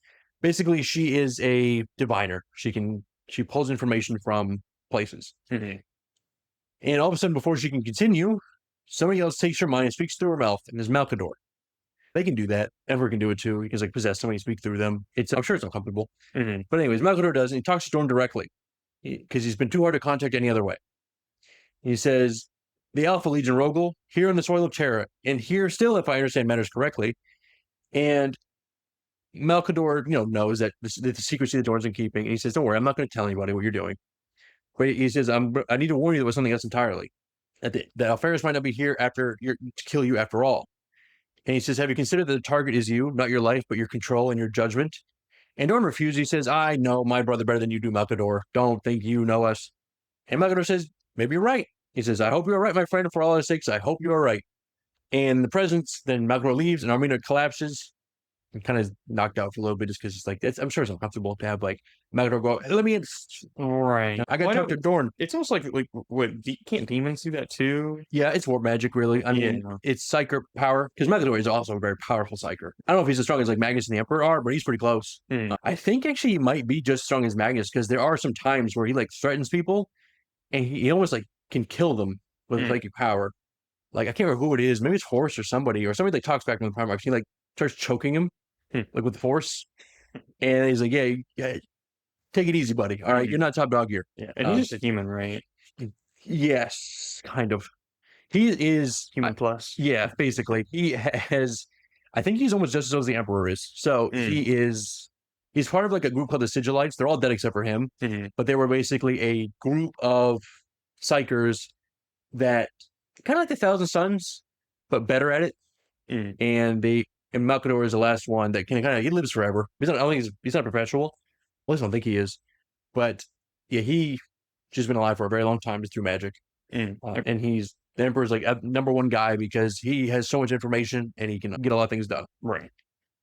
So far out in the Trans-Plutonian region, so Pluto, aboard the warship Lacrimae, Sigismund is fighting a war that he's been doing for 5 years now against constant suicide fleets and raiders. And there's a picture of Sigismund. Here he is. He's an Imperial fist. He has something called the Black Sword. It is just a very important sword. I don't know if it's magical or anything, but I know it's very important. I don't think it's magical. I mean, I think it's just a power sword. So it's like it's better sword, but it's not like, oh, if you kill demons with it, it truly kills them. It's just kind of like a relic of the Imperial fist. Yes. Yeah. Okay. A good sword to have. Yeah. Usually, if you have it, that means you are really good at your job. So he's been fighting this war for 5 years, but it's not like a real battles. It's just like skirmishes where it's going there, take care of him, move out, go there, And his second is Fafnir Ron, and here's Fafnir Ron, also Imperial Fist. Sounds like a Space Wolf's name, but is not. And Fafnir Ron says, 5 years of battle without victory. This is not true war, brother. It is winnowing. And Ron thinks Sigismund's talents are wasted out here, and he belongs to Dornside instead. And Sigismund says, my father has put me here, and I will stand here until he wills it otherwise. I'm doing my job, Fafnir, leave me alone. So, far beyond the solar system, aboard the Alpha, the figure on the command throne wakes the first 100 of his Terminator elite warriors called the Lernians. So that's 100 Alpha Legion Terminators that are getting ready to go, which is bad news. Right. And the first one says, how close are we, Lord? And he says, close and so far undetected. And he wakes the rest of the ship. So it is a bunch of these Terminators ready to go. And he sends the same order out to every other vessel drifting in beside his own, which is basically a bunch of different ships. So that means there are hundreds, if not 1,000 Terminators, special forces are getting ready to move on. So that circle is closing around Earth right now, and nobody knows. Right. So back aboard the Wealth of Kings, the ship's captain shows himself, which is actually a hunched, augmetic, braced man named Sork, and he has an Alpha Legion tattoo on his palm. So a lot of people have, if you work the Alpha Legion, you usually have a tattoo somewhere, which is like, if you're being secretive, why would you have a tattoo? But whatever. And he's been waiting years for the Legion to come back to him. And he hands over a data slab, picked up, and Fokron tells him, this will take us to our destination. Take us sunwards. So, out in the foothills of the Aska mountain range, there is a lone figure climbs by night, wrapped in tech rare enough that even, like infrared sight can only catch a residual heat. And he splits off from Fokron's team right after the tower attack, and nobody questioned it because everybody in the Legion already knows that not all of them have the same mission. And we talked about that before, right? They have 4 different missions going on right now. And they all know that they're doing different missions, but they don't know what those missions are. So it's, more about yourself, basically, is the Alpha Legion's thing. Right. Unless you can't trust yourself. It's the whole thing. So eventually, we figure who he is, and it says, I am Alpharius, right? He is here. He has arrived somehow. Now, is that actually Alpharius? Who knows? So back aboard a shuttle heading up to the frigate Unbreakable Truth, Andromeda tells Kestos exactly why she's along for the hunt. And Archamus backs her up, actually says, you are both here because to see anything clearly, you must look at it from 2 angles. You're here to help me see true. And Andromeda tells Kestos something about his own legion's history that he didn't know, that the Selenar gene cults helped refine and expand the gene seed of every legion, the Imperial fists among the first and most favored. And she says, in a sense, we are your surrogate mother. He says, don't say it like that. But yeah, that's kind of what the Selenite things are. They are gene cult people, and they have a huge vault of gene seed that the Emperor let them work with. Okay. So that's kind of a thing that's like, oh, that's not good if somebody else gets that. Mm-hmm. So, and they kind of argue about like, why would the Legion give up their total secrecy advantage? Castor's like, it's wasteful. And Andromeda disagrees. She says it's not just pride, it is a validation. Like they want you to see it. So they can prove that oh yeah, you saw us do this, imagine what we can't see us do, type of stuff. Mm-hmm. Right. So Castor's proposed the obvious idea is to lock down every ship in the system and wait for the Alpha Legion to get caught in the net. And Andromeda says, yes, but it's also very useless because enemy this patient will have already planned around an obvious lockdown. She says, we don't want them to alter their plans. We want them to keep going. We want them to believe that they have won. And the plan becomes two-layered. Basically, order the lockdown, as expected on the surface, while quietly following a piece of evidence they actually have, which is the Hyson cartel markings and clearance codes used at the Damocles starport, back to whoever gave them originally. So follow the paper trail, follow the money. Mm-hmm. So, and it actually takes less than an hour. It doesn't take long. They have machines that can just figure all this out. The clearance codes are real, but the man who arranged them wasn't a true member of the Hyson dynasty. It was just this guy named Herakro who was married into the family and basically a position where he could get exploited and then get discarded. And that's kind of what happened to him. Mm-hmm. So they show up with 3 gunships at his mountain estate, and which is funny that it's like, so Terra is this Hive world, right? With all these different tons of people. But yeah, some people can have like family estates. It's like, where? Right. So I don't know. It is what it is. Massive city with like 1 billion people, and then there's like a house on a hill next right. to it. Like, okay. That's where the lords live. Don't worry about that. Because even on Hive cities, the lords usually, the nobles live at the top, usually at the upper layer, because it's like, I don't want to be down there with the trash and refuse. So, yes, Archamus and Castros leave the drop there with a bunch of people with them, and Andromeda's there with them. Even though they told her, hey, don't come along, you're just a child, you will get killed. And she's like, it's fine. I died 17 times before this, or I guess 16 times. And then when they arrive, there's already somebody inside the compound when the attack starts. And he's mid-approach when the gunships arrive, and he's fighting through the chaos just to get to this target first. And this is that Alpha Legion guy that says, I'm Alpharius, but, you know, right. That got left, that split off from the rest of the group. Right. So he's trying to get to this guy first. And inside the compound, Castros run into this giant, hulking, abhuman bodyguard. Basically, this gene-made Hulk that is loyal to death. Similar to, we talked about a while ago now, I can't remember his name, but it was that lady's bodyguard, horses. Oh, yeah. That was like a space, built like a space marine, but wasn't a space marine. I forgot his name, but he's like also mute, he couldn't talk. Yeah. I think Yakton Cruz ends up killing him. I can't remember the guy's name, but yeah, something like that. Yeah. Basically this Hulk thing. And he has these chain whips around his arms, and he's actually starting to beat Archamus back a little bit, because I mean, this guy's like, I mean, talk about like Bane, right? He got a venom going through him. And eventually Archamus hits the creature in the knee, and it just like destroys his legs, and obviously things so big, without a leg, it's kind of useless. So Castros shoots it in the face and ends that thing. So they move farther and farther, and they're trying to find whatever Herakro is hiding, guided entirely by Andromeda's read on character rather than actual intelligence, because she's smart for a child, but she's basically lived 16 lifetimes before this, so you can learn something. And she's usually hiding in a tunnel somewhere, or like some type of secret pathways. Archamus is like, where would such a tunnel be? Andromeda says, wherever he sleeps. Humans like to feel safe when they sleep. The chance of escape is comfort. And eventually they break through a set of jade doors and find Herakro's pirate chamber, just as the Vox cuts the static and a Storm Eagle goes down a fireball, and somebody else has shown up as well as start fighting. So the chamber fills with smoke, and blinding grenades, stun grenades go out, and both sides are shooting at shapes. They don't know who they're fighting. And Archamus reaches Herakro's cluster bodyguards first, grabs the man, shield him with his own armor, and Castros charges the newly arrived enemies, bolter first, but then all of a sudden a Volkite beam burns through his chest, and he goes down hard that he's not getting back up, not dead, because so a Volkite beam, you play Space Marine 2, I don't know if you get him in the campaign, but it's basically a laser gun, and not like a las pistol, but this is like a plasma sun laser that shoots out of a pistol or a gun. Okay. Super hot, it burns through everything. So yeah, this Volkite beam hits him and takes him down. And Archamus, still holding Herakro, also gets hit with a Volkite across the back, and it burns straight through his armor's power pack, and he's basically stuck in this armor that's not working. And eventually the fog thins, and he sees who they're fighting. And there's a legionary in indigo blue armor, and wearing the same colors as the Headhunters at the Investiary, so Alpha Legion. Right. The rest of them have arrived. And a bolt round catches that warrior, though, and drops him, and Archamus stands over him and takes his oath sword up, his little fancy sword, and he says, "You have failed, traitor."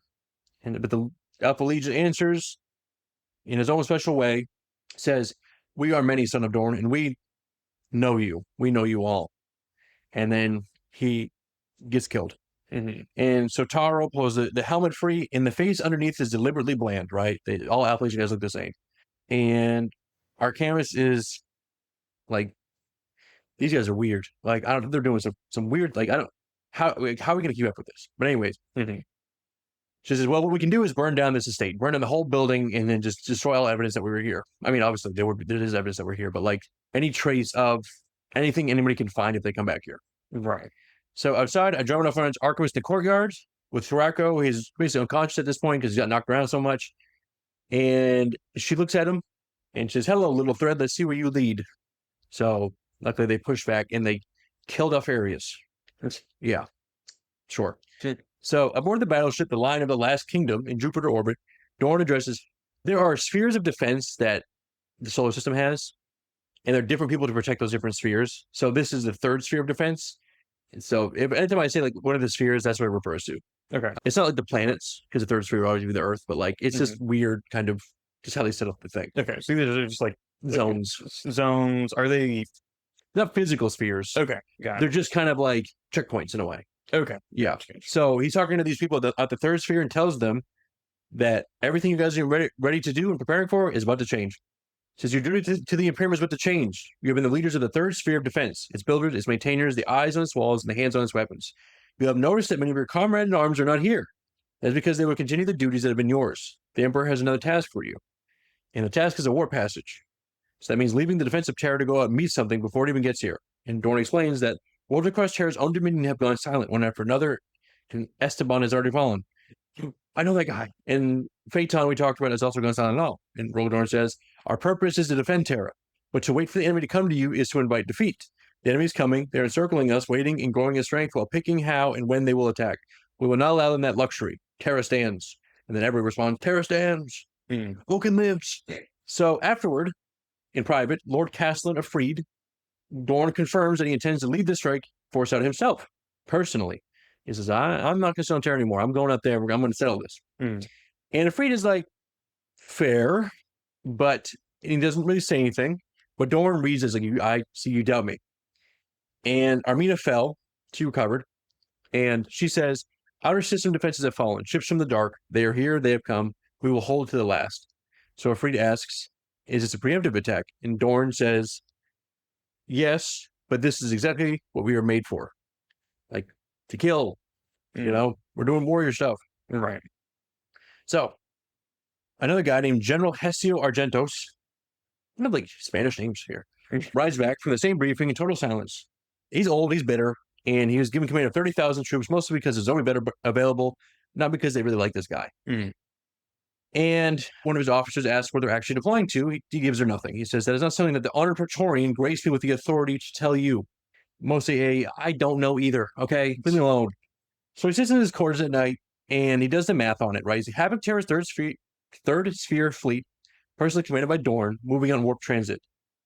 And he locks his doors. He takes out the ceremonial dagger he had since the Great Crusade decades ago.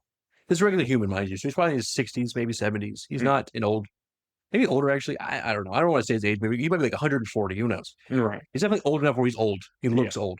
And it is a gift from a Legion Astartes person, officer that he doesn't say. And he breaks it apart, and inside is a cipher device. And he was recruited by the Alpha Legion 10 years ago. I mean, I'm telling you, they already got you. You think you have a plan? I've already accounted for that. All the different variables. You want to have random guy on random ship with a dagger from a decade ago. Activated. I can use it now. I mean, they probably have stuff that's like contingencies, like Plan Z. It's like we have to move all the way down. I'd like to think they just gave everybody one of those, and then at least one person was like, it's my time. Wait, I know what I need this for. Yeah, it's very convenient, right? Right. That's kind of annoying part of Apple. Just like, oh, they're so sneaky. They can account for everything. It's like, yeah, because you wrote them that way. Right. Like, it's kind of like in the movie, like, what's that movie? Law Abiding Citizen. You ever watch that one? No. It was an older movie, not old, but like 10 or 15 years ago. Mm-hmm. It has Gerard Butler in it, and he gets arrested, basically blamed for the murder of his like family, which he didn't do. And these people on this gang or whoever that killed his family, he's getting revenge on them somehow from in prison. And they can't figure out how he's doing it. Mm. And eventually at the end, there's a whole twist of how he's doing whatever. And it's like, sure, yeah, I guess that's the twist. Was like, but you didn't really set, like, you know what I mean? It's almost like, it only works because you made it work. Right. Like the detectives kind of have to be kind of dumb to not even think about that, you know? Yeah. It's like a lot of leaps in logic kind of have to be made. Unlike Saw, where Saw makes total sense. Yeah, Saw. I mean, every time I watch like the fifth one, the fifth one and the fourth one are happening at the same time. It's like, what? It's like, now we're cooking. Yeah. So anyways, yes, he breaks his knife open, and inside is a cipher device. And it was so long ago, he never thought he'd have to use it because he's like, they probably want me to do something, but he's like, wait a minute, now's the time. Mm-hmm. So he composed a short message into the cipher, and it says, half-third sphere force on alert for warp transit by Rogal Dorn's personal command. Possible extra system strike planned, target and timing unknown. So he sends a message out through this cipher system, and it gets sent out into the machine. Now nobody who doesn't know it is going to hear it, but the right people will hear it. It's kind of the whole idea here. So far beyond the solar system, the master of the Alpha gives the order to begin burn. So now actually turn on your ships and let's go. Mm-hmm. So 100 ships peel away, lighting their engines. So it just looks like they're in such a formation. It looks like it's more of these like pirate ships type of trying to get in, not like it's an organized fleet like it is. So they start moving towards Terra. Hundreds more ships are staying behind in the dark, still waiting. So it's like they are really ready to go here. Right. So we're gonna flash back again. I know, great, right? So 10 years after Kye became Archamus, he's a sergeant on a world called Renamar, surveying fortress walls by hand with old-fashioned instruments rather than modern equipment because that's how he was taught. Goodness, my eye is like really dry for some reason. Hold on, audience. I'm dying. The Alpha Legion's got me. They planted that. They planted it behind my eye. That's actually a fake eye. And behind it is the cipher. I mean, they probably would do something like surgically implant a device that, I finally have it. Yeah. I just literally... Would that work with like the psychers and stuff? We can kind of like detect that kind of stuff. Like, well, the only thing is, it's like since Alpha Legion have their own psychers, then they can also like counter what they would try to look for. Psyker. But it also gets to a point like you're just so busy that they can do something so obvious that you just want to, like the guy walking around with like a cloak on, like his giant space marine. Yeah. And people are like, I'm trying to like a human's trying to survive. I guess that's true. And all the custodians are gone. So you're like, what am I going to do about that? Yeah. If I say something, what if he's like an Imperial Fist is doing something, and all of a sudden Rogal Dorn's like, hey, you can't stop us, and I get my head crushed. It's right. So it becomes a thing of like, everything, just too much stuff going on. Exactly. Right? Yeah. I mean, it makes me think of like when I took cybersecurity classes in college, and they're like, one of the cybersecurity risks you have to account for is just a dude walking in your building, and nobody thinks about that. And like, that's what my work. They were like, hey, when you tag in, don't let people follow you in. Yeah. And because it's like that's like just walk in, or like just even, hey, don't talk about stuff in public.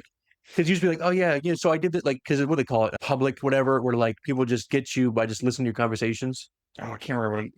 It's like some type of, I don't know. I know it's like fishing, smishing, smooshing, wishing.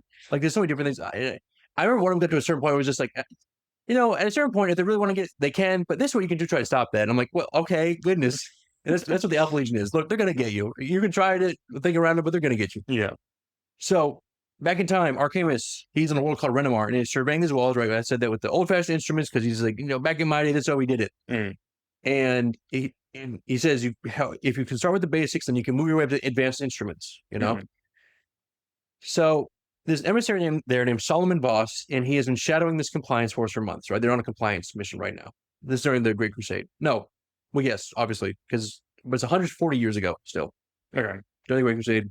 And he kind of finds it interesting. He's like, you are this space marine who's wearing this super futuristic equipment, and you're using the chalk plumbing thing to like do the line on the brick, and then you're using a compass and a ruler.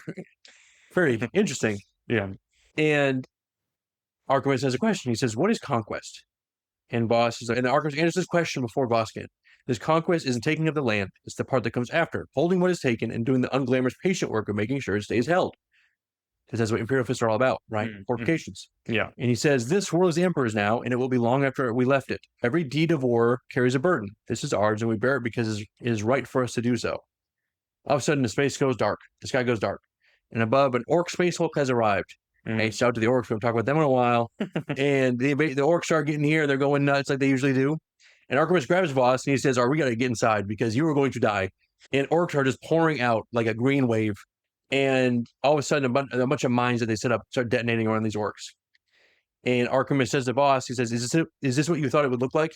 You know, this real conquest? And the orcs are flooding this planet. They're throwing rock-holed asteroids raining down.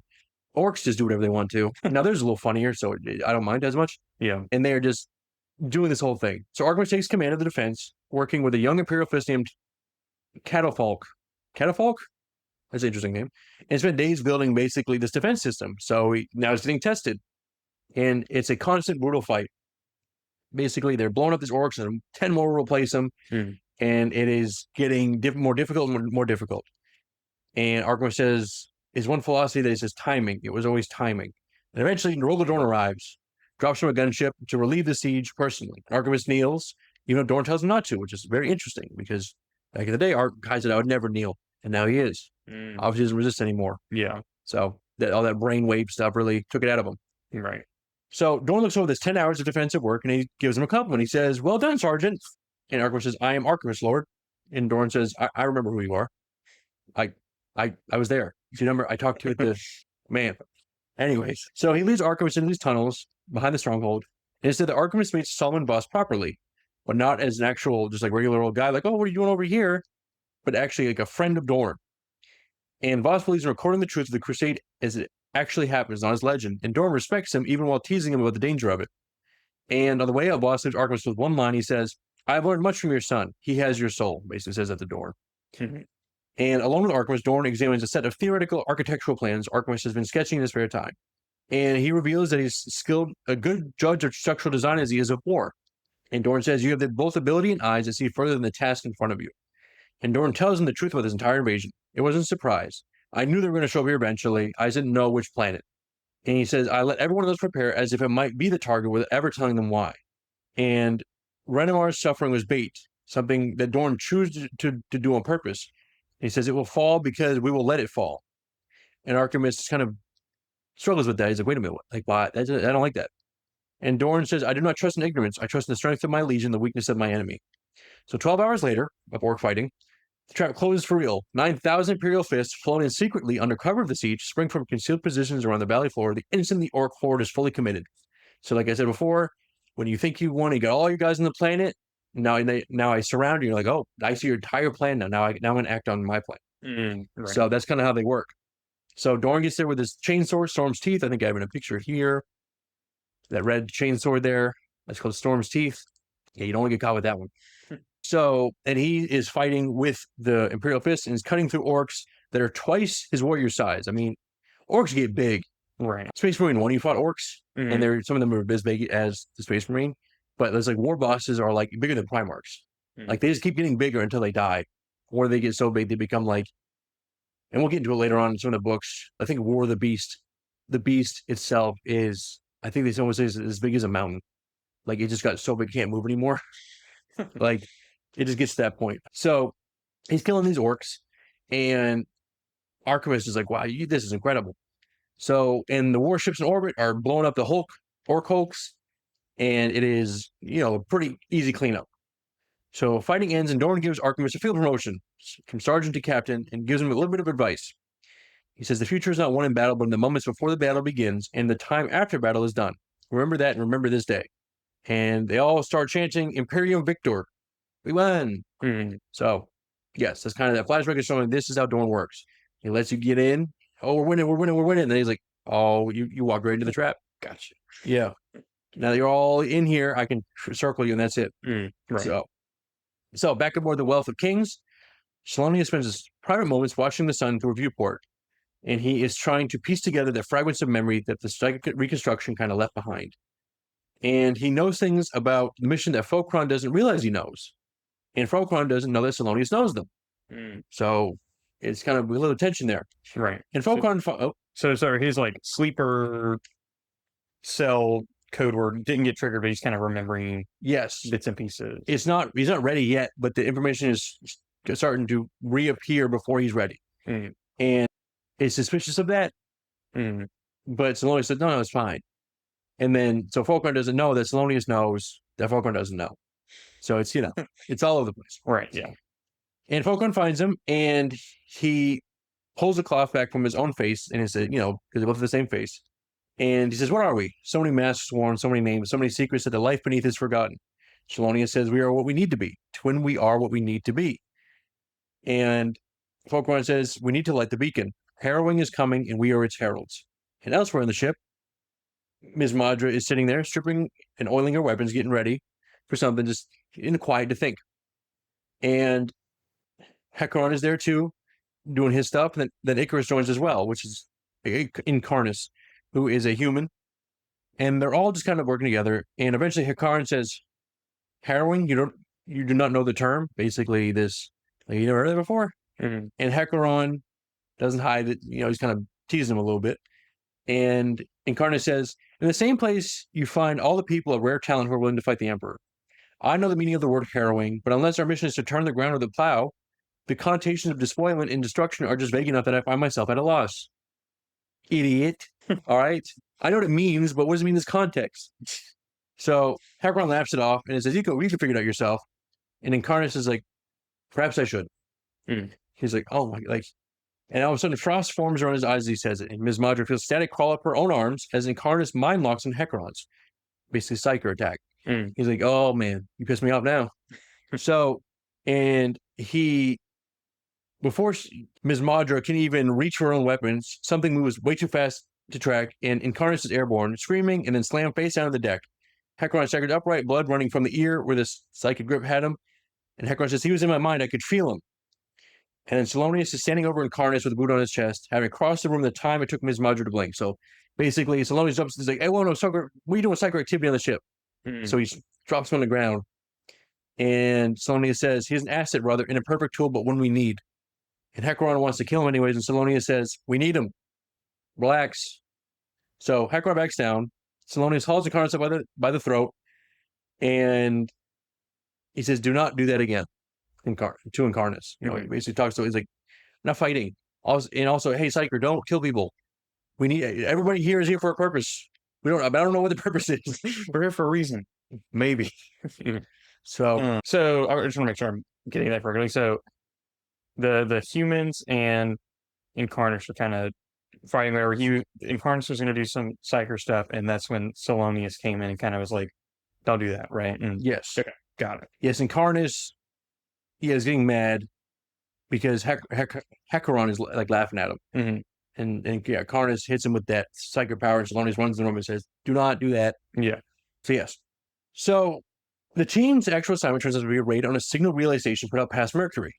The 5 legionaries and Incarnus are boarding under false transponder codes to hijack its transmission array. And the assault looks exactly like every other operation has run. It's fast, brutal, and without hesitation. Efficiency, totally. They breach the hangar, cut down the garrison, and Incarnus starts putting the device into the station's core system to broadcast the signal. But he has to be quick because the countdown starts once you hack into it. And at a critical moment, Incarnus barely getting this connection together. Silonius pulls the same blaze been carried since the waking beneath the Imperial Palace, looks at the markings etched in the edge, and there are codes and frequencies hidden in scratches too fine to notice unless you already know where to look. So he moves Incarnus aside and finishes himself with this information on this knife. They just now noticed. Yes. And Silonius says, swing the array, inter-system transmission, broad focus. And nobody else in the team knows that a second signal went out at all. So there's 2 missions happening here. And as they run for extraction, Falkner only asks what the mission's official objective. And Falkner says, was a second signal sent? And Silonius says, it was sent. And Falkner takes the answer face value, but he has no idea there was 2. So, yeah, basically 2 different missions happening here, and Silonius is tricking these guys as well. Why? I don't know. Yeah. Well, I know, but we don't know yet. Yeah. The general we. So, back aboard the Unbreakable Truth, Archamus watches Hirako sobbing and crying about something. And Archamus says, why would the Alpha Legion use such flawed tools? Why would they trust him with anything of value? And Andromeda points out that 4 of your brothers have just died trying to take this one guy. So, I don't know, maybe you might be wrong about that. And Archamus says, yeah, maybe, but you need to get everything out of him. And Armina Fel meets Archamus in the corridor and walks him up through the phalanx to see Dorn. Past hundreds of victory banners and stone faces of legionaries Archamus outlived personally. And Armina says, age is not time, it is a mark of service. And in front of Dorn, Archamus finally says out loud, he's been building since this entire time. He says, this task, Lord, it is not what we are. It is not the war we were made for. It is not the war we should be fighting. And Dorn says, we're the last line against the darkness. We cannot fail. And Archamus, keeps pushing. He says, I just don't, is the secrecy justified? And Dorn says, because I trust you and understanding is not required. And Archamus goes to leave, but he asks him one more question. He says, what are you afraid of, my lord? And Dorn says, what will it cost? We'll have victory because I will not allow us to fail, but what will that victory cost? Because at the last, whatever the cost is, it must be paid. So he's kind of turning it back on them. Right. But what's so funny about this, going back to the Master of Mankind episode, the Emperor literally is sitting there with Malcador. No, Malcador. It's not Rock. It's Ra's running away. I forgot his name. Valdor? Yes, Valdor. He's like, it's over. We already lost. Mm-hmm. Like, but he doesn't tell anybody that. He's just like, it's too late, horse. It's damned us all. It's over. Like, the webway failed, and that's it. So, but Dorn's like, no, not yet. We can still win. Why are you quitting? Stop quitting. Dude, it's not even over yet. You're throwing. Stop throwing. Dude, stop throwing. It's not even over yet. There's still 2 minutes left. So, Archamus, basically, what happens in the future we're supposed to be building if it's raised out of their own dishonor? And Dorn kind of is sitting there thinking about it. He's like, that's what I'm afraid of. Like, what will become of this? I mean, we have seen this type of thought. There's so many different things now where it's like, even the Emperor said, it is a future where even the Eldar said it is a future where mankind is just decaying slowly over the next 10,000 or more years, and everything is going to suck for everyone. Mm-hmm. Spoiler alert, obviously we know that's what happens.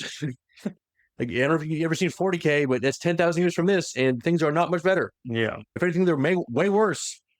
So, yes.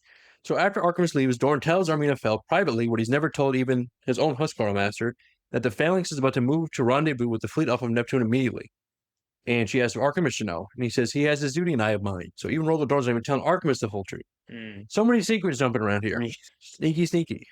So, Kestros is watching Herako's cell feed when Andromeda finds him, freshly stitched from surgery, a plasteel and ceramite framed and bolted into the right side of his own chest. She asks why a man who wades through blood without mercy is bothered to watch a prisoner go thirsty. And he tells her flatly, he says, you hate us. And she says, how much love do you think winning an empire by slaughter buys? It's like, hey, give this woman a truth. You're not wrong. So she tells him her predecessor, Andromeda 15, died at the hands of Space Marines. But she serves anyways, but not out of loyalty, because the alternative investor interests are even less, which basically means we no longer exist, my people. So inside the cell, Andromeda doesn't torture Herako at all. She just gives him water. He's been chained in the heat for 13 hours with nothing to drink. And she sits across him with the water, just out of reach, and talking to him. And she says, everything is situational. Strength, respect, value. In this room, right now, this water is everything to you. Like, so saying this, we need her on our team. You know what I mean? Yeah. She got the wisdom. Give this woman the truth. True. So when she starts talking, she lets him have some of the water, and she takes it away, and to get more stuff out of him. Until the decades of smuggling, favors run under the heist and cartel's name, forged clearances, discreet cargo nobody was supposed to trace. And when she finally gets to the point about the shipment that went through Damocles Starport, he says, I'm too tired. Oh, I'm too dehydrated. And he says, it's the Venetians, one of the smuggler concerns, the oldest. And he gives her contact, some of the clothes and protocol out of him, and then gives him the last of the water, and she says, good enough for me. So Andromeda reports everything to Kestros, confident that Herako, he tells everything he knew. And Archamus arrives to hear directly. And Archamus looks real tired, and Kestros even knows how tired Archamus looks. And Archamus says, send a signal to the Venusian, people from Venus, smugglers. Okay. That someone has come for the dowager son Herakro, that he is fleeing for Terra course for Venus and wants help, basically, set up the trap here, set up the bait. And Andromeda pushes back. She says, what if the smugglers don't take the bait? Archamus says, they tried to kill him. He is alive. They will come. He says, you guys, what's that from? Where they put up the bait for the guy to come get him. And then, basically a thing in like media, but I'm trying to think of like an example where he's like, this guy wants to kill you so bad, so we're going to use you to lure it out. Oh, yeah. Oh, there's so many examples. Yeah, I try to think of one specifically where they're like, how can we attract you? He's like, well, and they throw him. He's like, wait. But anyways, yeah, so that's what they're going to do. They're going to tie him to the front of the car and then, drive up. So, and Kestros questions is like, is this the type of war we should be fighting? And Archamus says, it is the war we are fighting. Follow my order, Sergeant. So Same question Archamus had for Dorn. But now he's like, it is what it is at this point. No arguing. Right. So later on, along with Kestros, servitors are getting his fresh armor on, healing over that healing Volkite blast he took. Archamus says something later, says something to him that he's never admitted to anybody. Says, did you know I was called a master when I was only captain? Not because of the warriors I commanded or the wars I had fought, but because of what I had built. I was a master builder before I was anything else. And Kestros asks me if he's still that, and Archamus says, no, I am not. And Kestros tells him there will be something worth building once this war ends. And Archamus says everything was different once. Basically, he started that doubt was starting to creep in. It's like Dorn is like whatever Dorn is afraid of, I'm also afraid of it too. Like this is not going well. This war, right? So back aboard the Wealth of Kings, Sork, this guy confirms the Venusian smugglers took the bait. Heracro's signal reached them, and the rendezvous is set. What they don't know is that Heracro was already reaching out to them, was already dead, and that the signal Archamus is trapped. Right? They're oh no, they killed Heracros basically, and they're like, but they don't know that. So right. And Fokron, he says he dies. That is my decision. No loose ends, not at this stage. Like we get Heracros back, we'll just kill him. That's the end of it. And the strike team going to the rendezvous is small. It's Fokron, Ms. Madra, and Incarnus. Just a 3-people group here. Incarnus is obviously the psyker that's going to check his mind. Ms. Madra is the human face, and Fokron is the Space Marine backup.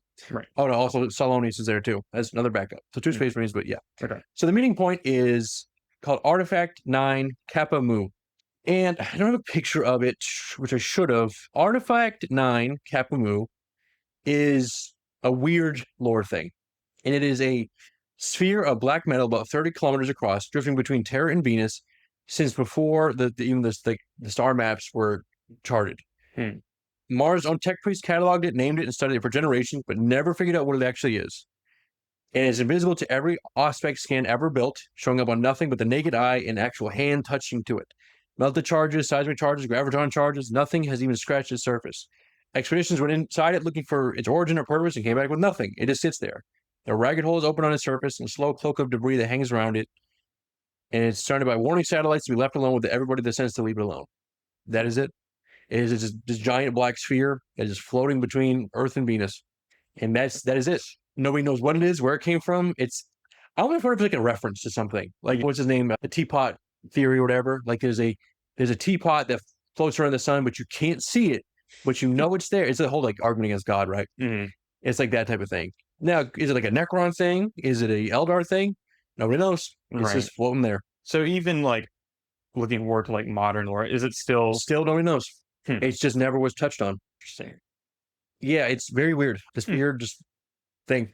Yeah. I do wonder sometimes, I'm like, do the people who write these books, like let's say, like, you know, they put this in at whatever date they put this in, like, let's say, like, a decade ago. Right. The people writing the books now, do they even know about this? You know, like, I'm sure you have, like, a Bible you pick from, especially for some of the stuff you read. I mean, I will say this does come back later on, but they never even figure out what it does. But it does come back in a way of, like, it's a thing, like, people you can use it as, like, you could hide people in there if you want to, or they can, like, land a ship on it, you know? So it's like, it's still usable. Right. But there's never any information on, like, where it came from, what was it for, why can't we scan it, anything like that. Right. You know, you can make some theories. You could say, oh, maybe it's Blackstone, which is a type of warp negating material that Necron used a lot of. So something like that, you know, but it never says. So, okay. Anyways, yes. So that's where they're going to meet, though, at this one place, at this one floating rock, because it's secret. So moving through the tunnels, Silonius is ambushed by his own mind. More memories fled back, and he gets one of being summoned aboard his old ship called the Sigma, because he's a Sigma male. If the Alpha male is the Sigma male. Good thing nobody's aboard the Beta. That'd be bad. Nobody has an Alpha Legion. Right. All the Alpha Legionaries are all Alphas. So he is on the Sigma and is led by an escort to a vast dark chamber, and left alone with somebody who meets his eyes directly and says, I am Alpharius. Is he? Who knows? And Silonius has genuine doubt because he's like, I mean, everybody says that. So whatever, right? We all have the same face. We all have the same tattoos. We all have the same whatevers. But the thing is that what a lot of people don't realize is Alpharius has identical twin Omegon. And we barely talked about Omegon. He is like the most secret because people aren't even supposed to know he exists. He's kind of like a backup for Uprising. Okay. And they also share the same mind, but twin bodies. Like they're separated, but they have it's weird. It's like when they were born, there were two babies in one test tube. And they kind of grew together and had the same development. So they almost are like twins perfectly, but in a different way. It's weird. Okay. And like, it's the same spirit, basically, same soul. Yeah. Okay. And so, like, was that, I guess, known or the intention? Do we know when making Alpha Legion, like, to have both of them? Even Alpharius doesn't know. He said, I still don't know why the Emperor made two of us, or like how he didn't fix it, or something like that. So yeah, that's like the most biggest secret. Is like, why were there two of us? Right. So Alpharius, who is supposed to be, he shows Silonius this thing, and which actually proves that it is Alpharius, is something called the Sonata, the Pale Spear, and his Legion's founding relic. And he takes it apart with his hands in seconds. The blade is separating into shards, too small to look like anything. It's little opponents. I don't know if I have a picture of him with that spear. I guess you can kind of see it here. Yeah, is it the Bident? Yeah. So yeah. So if he has it, that's probably Alpharius then. But he breaks the spear apart into tiny little pieces, and Alpharius says, and now, what is it now? And Silonius says, it is still the spear. No matter how many times it is broken, it is still the spear. Alpharius cuts his own finger and lets some blood form, and he offers it to Silonius directly. He says, we wear our lies as armor, but the greater deception, the more we trust one another. And Silonius just tastes the blood, and like we talk about, Space Marines can get the memories from blood. So the blood carries some other memories with it. And he doesn't get full clarity, like we talk about, he just kind of flashes of memories. And it confirms that this is Alpharius, 100% Alpharius, because the blood shows him this. So he says to him, it has been a while, Harrowmaster. Your suspicion does you more credit than credibility would have. So what this reveals is that Silonius isn't a backup. Silonius is the main person running this entire operation. And he was specifically chosen by Alpharius to do so. Okay. And the Harrowmaster is in charge of the Harrowing, which is his grand plan here. But Fulcron thinks he's in charge. He's like, I'm the one who is running all this. But that's why he's suspicious of Silonius, because Silonius is actually the one getting all the information. He's like, wait a minute, I was chosen. So the memory breaks off as a bunch of gunfire erupts from the rendezvous chamber ahead. Ms. Madra and Incarnus had already made contact with the person they believe was Herakro and tried to do the code phrase. And Incarnus was like, wait a minute. This person has no memory of arriving by shuttle and no memory of smuggling or anything that we need that Herakro would have. And he goes, like, don't get too close, but it's too late. And light floods the chamber, and Imperial fists pour out of the concealed doorways, and they start firing on this group of Alpha Legion people. And Ms. Madra takes one clean shot, and Fulcron says, take both of them. And she fires, and the person that they thought was Herakro comes apart in a burst of embers. It's just an illusion or something. Okay. And her second shot catches Incarnus across the arm instead of finishing him, and he goes down screaming like a big baby. And Fulcron fights his way towards them, cutting down Imperial fists with plasma grenades and fire until one of the Huskarls meets him directly. And this mace swing comes towards him. It looks like he's going to miss, but then it doesn't, and sweeps up into Fulcron. Goodness. It's the same 1,000 times. I'm starting to slip away from me. Into Fulcron, that's like almost a feint strike. He's like, I'm going to hit your head, and he ducks down and gets you in the ribs instead. Okay. So it basically breaks apart his ribs, and Fulcron drops down, and Silonius reaches the chamber time to see this happening. And Silonius doesn't check to see if Fulcron is alive. Instead, he goes over to Ms. Madra instead and kills an Imperial fist with a stolen power sword, and he's moving through these different people. Eventually, he is trying to get out with Ms. Madra, and these Imperial fists are in his way, and he cuts through them, does what he does. Eventually, Ms. Madra catches up to him with her weapons, and she says, what are you? He says, I'm a warrior of religion. We must move. Like, the way Silonius is moving through killing these Imperial fists was like, it's like lightning moving. She's like, how, what? How? Whoa. He's like, I'm Alpha Legion. This is just him. I'm just a Space Marine. That's what we do. Because Ms. Madra, she's a human, but Space Marines, when I really turn it up, when I take the limiters off, that's what happens. Yeah. So a second ship comes in, a contingency that nobody with Silonius knew existed, is waiting just at the edge, and they go to pick him up. And Ms. Madra hands Silonius something in black cloth instructions that she was given specifically if Fulcron didn't survive. And she says Hades. And it's another code word, right? Gotta have the code words. So back at the inside, the Kappa move, what do I call it? Alpha Kappa move something. Yeah, the relic or whatever it was. Yeah, artifact 9 Kappa move. Yes. Yeah. So A9. So Archamus is serving through the wreckage of his own ambush, and Paraco's decoy is dead. But Incarnus is alive but unconscious. His arm is basically burned down to the elbow. And he says, trying to say, like, look, I can help you. But the apothecaries puts him under, basically sedates him so they can go interrogate him later. Mm-hmm. But the problem is the second cutoff squad, 5 veteran Huskarls were wiped out entirely. And one of them was Sotaro. Whoever escaped is trapped by cutting through some of the best warriors Archamus has. Archamus says they had a contingency. And Kensler says, always a fair assumption to make with Alpha Legion. And the pursuit fails. They can't catch up to these Alpha Legion guys that are escaping. Mm-hmm. And the people escaping are just Silonius and Ms. Madra. Yeah, okay. Yeah, so, Silonius just killed a bunch of these, like, 5 elite guys, then escaped with her on this light ship and left. Yeah.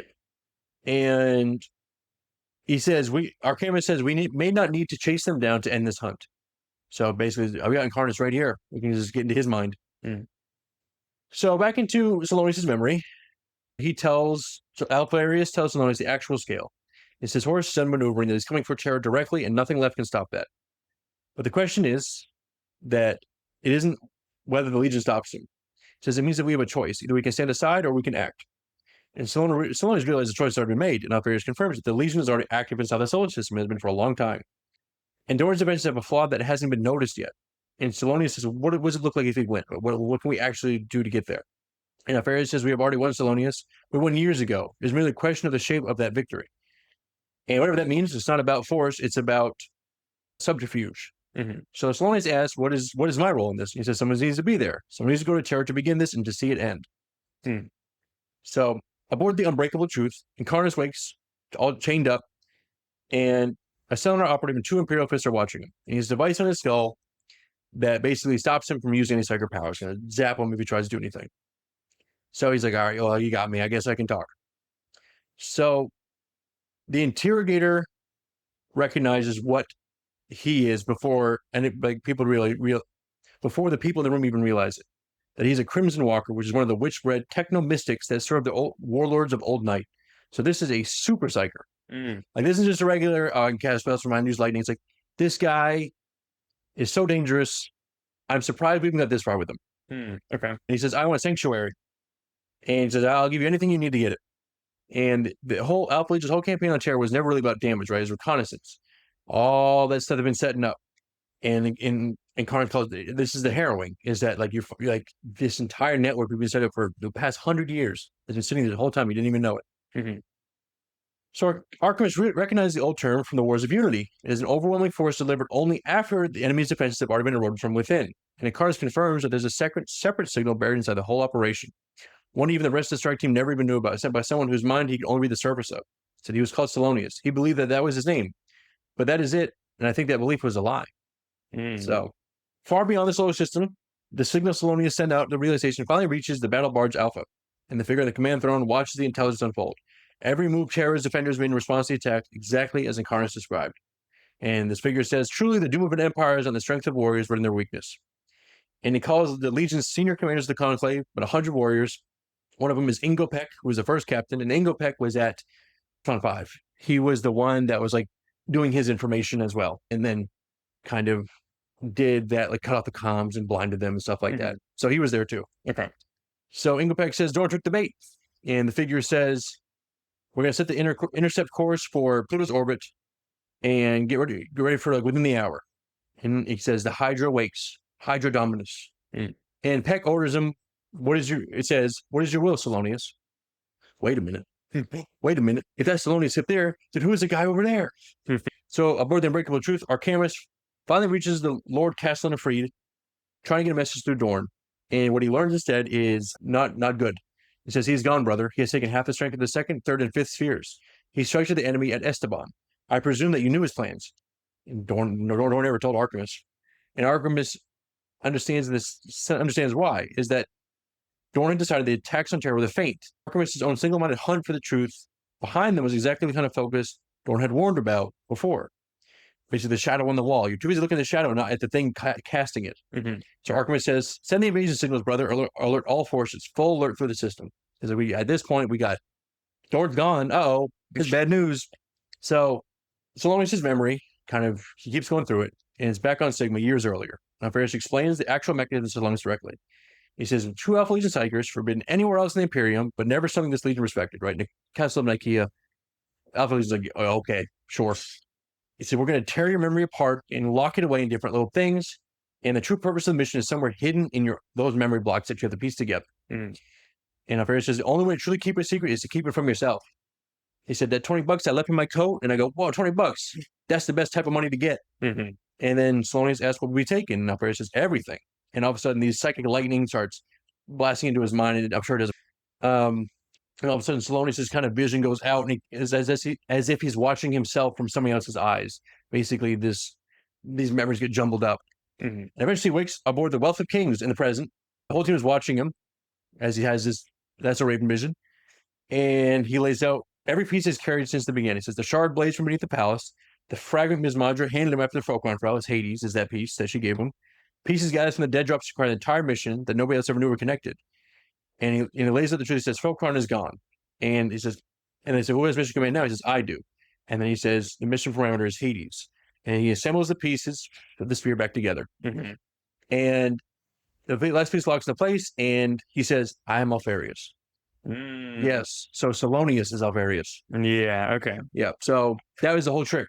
Yeah, I was starting to think that, like, once they're like, if that's Silonius, I was like, where are we going with this? Kill those 5 elite guys so quickly. Just Apple Legends. Like, I don't know. I'm just good. It's like, no. And I don't know this. Okay. So, yes. Interesting. So, does that mean that Alpharius locked away his own memories? Is that what we're trying? Okay. But he did the. You play Metal Gear Solid 5? Yeah. He did that. Okay. You're a big boss now. It's that whole thing. Okay. It's like, actually, you're not big boss. You were another guy that I switched my mind. So, like, the real Silonius is on the ship moving in, and yeah. Okay. So, yes. There is a craft called the Implacable that is running down a fleeing scavenger vessel. Boards is expecting to find a straightforward kill, but finds 7 figures waiting calmly in the cargo hold instead. 3 humans, 3 space marines in the deep indigo armor, and one that seems even better than the rest. And the boarding officer recognizes and says, my lord, I respond to the call of Hades. And Alpharius confirms the plan is exactly running on schedule. 3 days out from the station, and we've been expecting a replacement astropath for weeks. With the escort, the Order's Legion made sure fell to this specific crew, then requesting the assignment themselves. And he said, and this guy, Calyx, says it is the first sphere of the defense's primary communications hub, its eyes and his voice.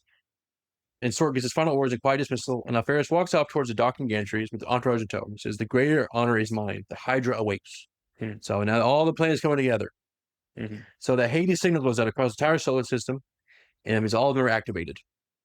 On Ariel, the moon of Uranus, there is a mining gang boss named Thau who notices his workers have stopped to listen to something rising up from the pit below. Torches, thousands of them, and a chant he first mistakes for something else. And he says one of his own crew, who is a subloader who's worked beside him for months, says words real calmly.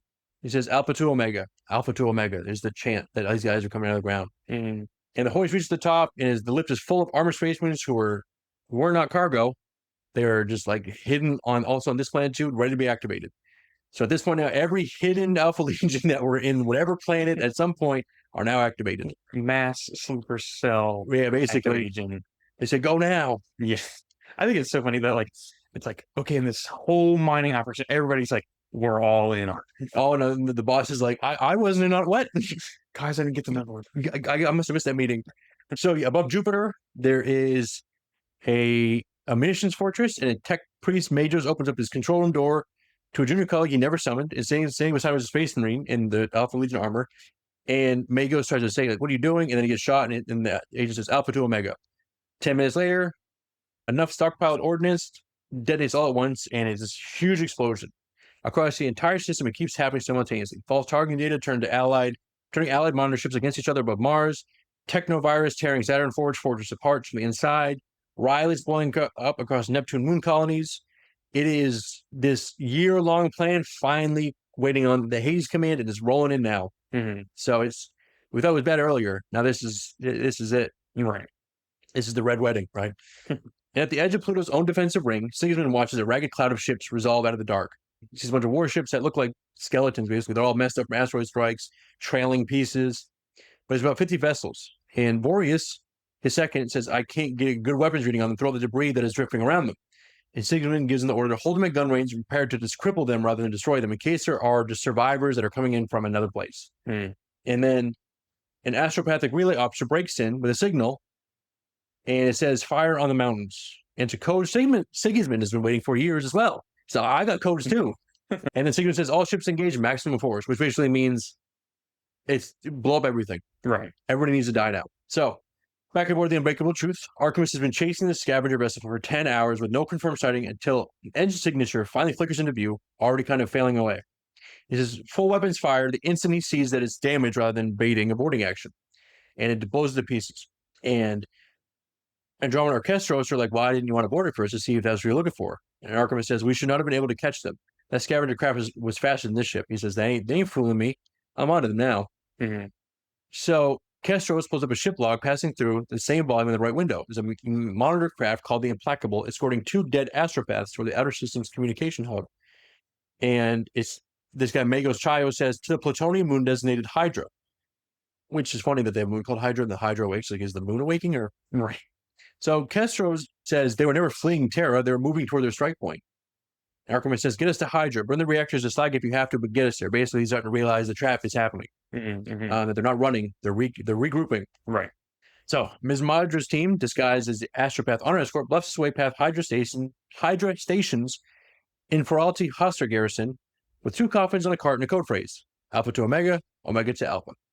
And now, so everybody's in on the plan. And they reach the sanctuary, just the alarm starts going through, and a blind elder astropath, an Eldar, comes out and he receives the bodies personally, and he says, oh, what a shame, dead astropaths, it's really unfortunate. But then he says, how did they die? And then this guy Moron's like, well, there's a thing with, sometimes it just gets crazy out there. And Asbury goes, you're lying. And Ms. Madra kills him with the Volkite shot. And he's like, all right, you're an idiot. We got to move loud now. So the escort gives a full firefight, and these Hussar guards with black sentinels, these are humans, but they are elite humans, basically Imperial soldiers, but like just better. Right. Okay. And so it's getting tense. Eventually, the team makes it through the sanctuary doors and seals themselves inside. And then they open the coffins. And underneath the actual corpses of the dead astropath, hidden in the false panels, is a dozen gas canisters. And the Black Sentinels open fire before the team can finish arming them, dropping 2 of the auxiliaries, but Ms. Madra and another one named Ashul hold the passage long enough to get the canisters thrown and triggered. And then 5 minutes later, all 10 astropaths of the Hydra's communication choir lie dead on the floor of their own chamber, caught mid-breath. And Ms. Madra checks the last body, makes sure they're all dead, and she opens the channel and says, they are blind. The blind are silent, Alpha to Omega. So they're basically shutting down all the communications that can get around here. Right. And the Imperial Fifth Strike Fleet, there are 30 ships against over 100, tears into that ragged formation, Command of the Dark, and Sigismund is leading the boarding assault personally. And he is moving like a demon. But at the Hydra's communication array, Captain Koro is overseeing the move's entire sensor and Vox network, when all of a sudden, exterior blast shutters detonate inward. And what comes through moves too fast to track properly. A blur of indigo armor with a double-bladed spear that goes right through Koro's chest before he can even react. And the figure doesn't look to be even exerting any effort. He's moving like the wind. And 4 other Alpha Legion warriors clear the chamber in seconds. And the one with the spear tells them, remove them, referring to the 12 tech priests that are like installed in the machine here.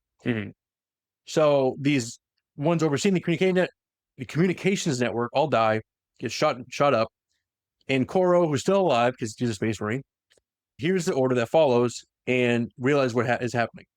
Alpharius says, find the backup controls for the array. Send the signal to the attack fleet that the time has come for us to show our hand. And one of the warriors says, by your will, Lord Alpharius. And Koro tries to raise his bolter, to shoot Alpharius, and Alpharius turns, spins the spear once, and it's the last thing Koro ever sees. Hits him with a wham. Classic movie thing. Yeah. So, aboard the ship is boarded, Sigismund and Fafnir Rand are cutting through this resistance that gets worse the longer they go in it. It's like, it feels cold, methodical, almost like clinical. Like, these aren't raiders, these aren't pirates. These guys know what they're doing. Yeah. And so getting these reports coming in from the different operations. And a fleet officer says 15 of enemy ships are empty, 0 resistance. Engines running with no sign of crew besides servitors. And Sigismund understands immediately what that means. And he says, all assault forces, pull them back to our ships now. Basically, it's bait. So it's already too late. Much of Lernian turret was emerged from the dark around him in full ambush. And it's real. Yeah, Sigismund has to deal with that. Yeah. And out in open space, another trap springs. 200 warships that have been tumbling through the dark like debris suddenly ignite their engines in perfect formation. The true Alpha Legion battle fleet was hidden the whole time behind the decoy hulks that the Imperial Fist thought were them originally. So remember we talked about they did the 100 floating in, then another 100 behind them. Okay. The other 100 behind them was the real fleet, and the one in front of that was the decoy. Okay. Yeah. So the Battle Barge Alpha opens fire first, and it is a one-sided massacre. I guess most massacres are, but you know what I mean. on the Alpha Legion's side, it's bad. Yeah. For the people they're shooting. Right. This Grand Cruiser gets blown apart in 2 volleys. 10 Imperial fish ships are gone before they can even get their torpedoes out. Mm-hmm. And then 12 of the 12 fire ships hidden among the decoy vessels detonate at once. Right as Imperial Fist's boarding parties are fighting their way back to their own gunships. So it's also like this old like medieval thing where they would put a bunch of like gunpowder barrels on boats and then set them on fire and push them into other boats. Yeah. Because it would just blow that boat apart. It's kind of what they're doing here. Was it the fire ship or whatever? Exactly. Yeah. So they're doing this with these things. These dead ships crash into other ships. So in the Alpha's command castle, Silonius is watching this and he's loving it. And he says, Lord Alpharius, secondary phase is complete. Imperial fish ships are fully engaged. Our own force strength has degraded by 20%. Our numerical advantage is estimated at 200%. Alpharius says, proceed. Keep going. I like that number. Let him cook. Yeah. Let him cook.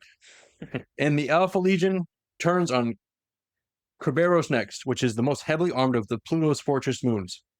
One of the guns is destroyed one of the ships outright, easily. But the rest of the fleet closes in at range, and unfortunately can't keep up. And they ride straight into the gun line. And unfortunately, the fortress can't keep up with all these ships. Mm-hmm. So 500 Terminators teleport straight into Kerberos' interior. Some materialized badly, though, unfortunately, because there were teleport jammers on the fortress. So something like stuck in walls and stuff, and like in the floor. So, and some get stuck in like a weird teleport paradox, or they're like stuck between teleports. I'm sure that's great. And so but most don't. So out of the 500, probably maybe let's say, I don't know, 300 make it. Mm-hmm. But the garrison there is a 404th Imperial Fist company, meets them with everything that they got. And it's actually pretty close to even, surprisingly, for Terminators. Obviously, they got the fortress on their side, right? They know they're right. They know how to fight. They know the defenses. Yeah. But then all of a sudden, boarding torpedoes start punching through the surface everywhere at once. Then it starts being a fair fight at that point. Now we got guys everywhere. But the real target was not just killing the garrison. There are stormbirds carrying tech marines and servitor thralls that follow the assault teams in and go straight for the fortress's own fire control centers, each of them acting on a single order. Just turn the guns of Kerberos, make them ours. Basically, they want to take over the fortress, not destroy it. So, aboard the Unbreakable Truth, closing on Pluto, Archamus lays out the plan to Kestros and Andromeda without softening it. He says, Kestros will lead a strike team to confirm Alpharius is physically present at the Hydra's communication center. The moment that's confirmed, Archamus teleports directly into the moon's reactor core. He says, all right, boom, I'm going in. And Andromeda says, then you will become the destroyer, Praetorian. And he says, he offers her a chance to stay behind, but she refuses. She's calling unfinished work a tragedy worth risking death over. And Kestros says, will it succeed? And Archamus says, I do not know, but I do know that it is what we must do. So, you're taking a risk here. I mean, you're going there to fight Alpharius. Good luck with that. Right. As we've seen, he moves unbelievably fast. Yeah.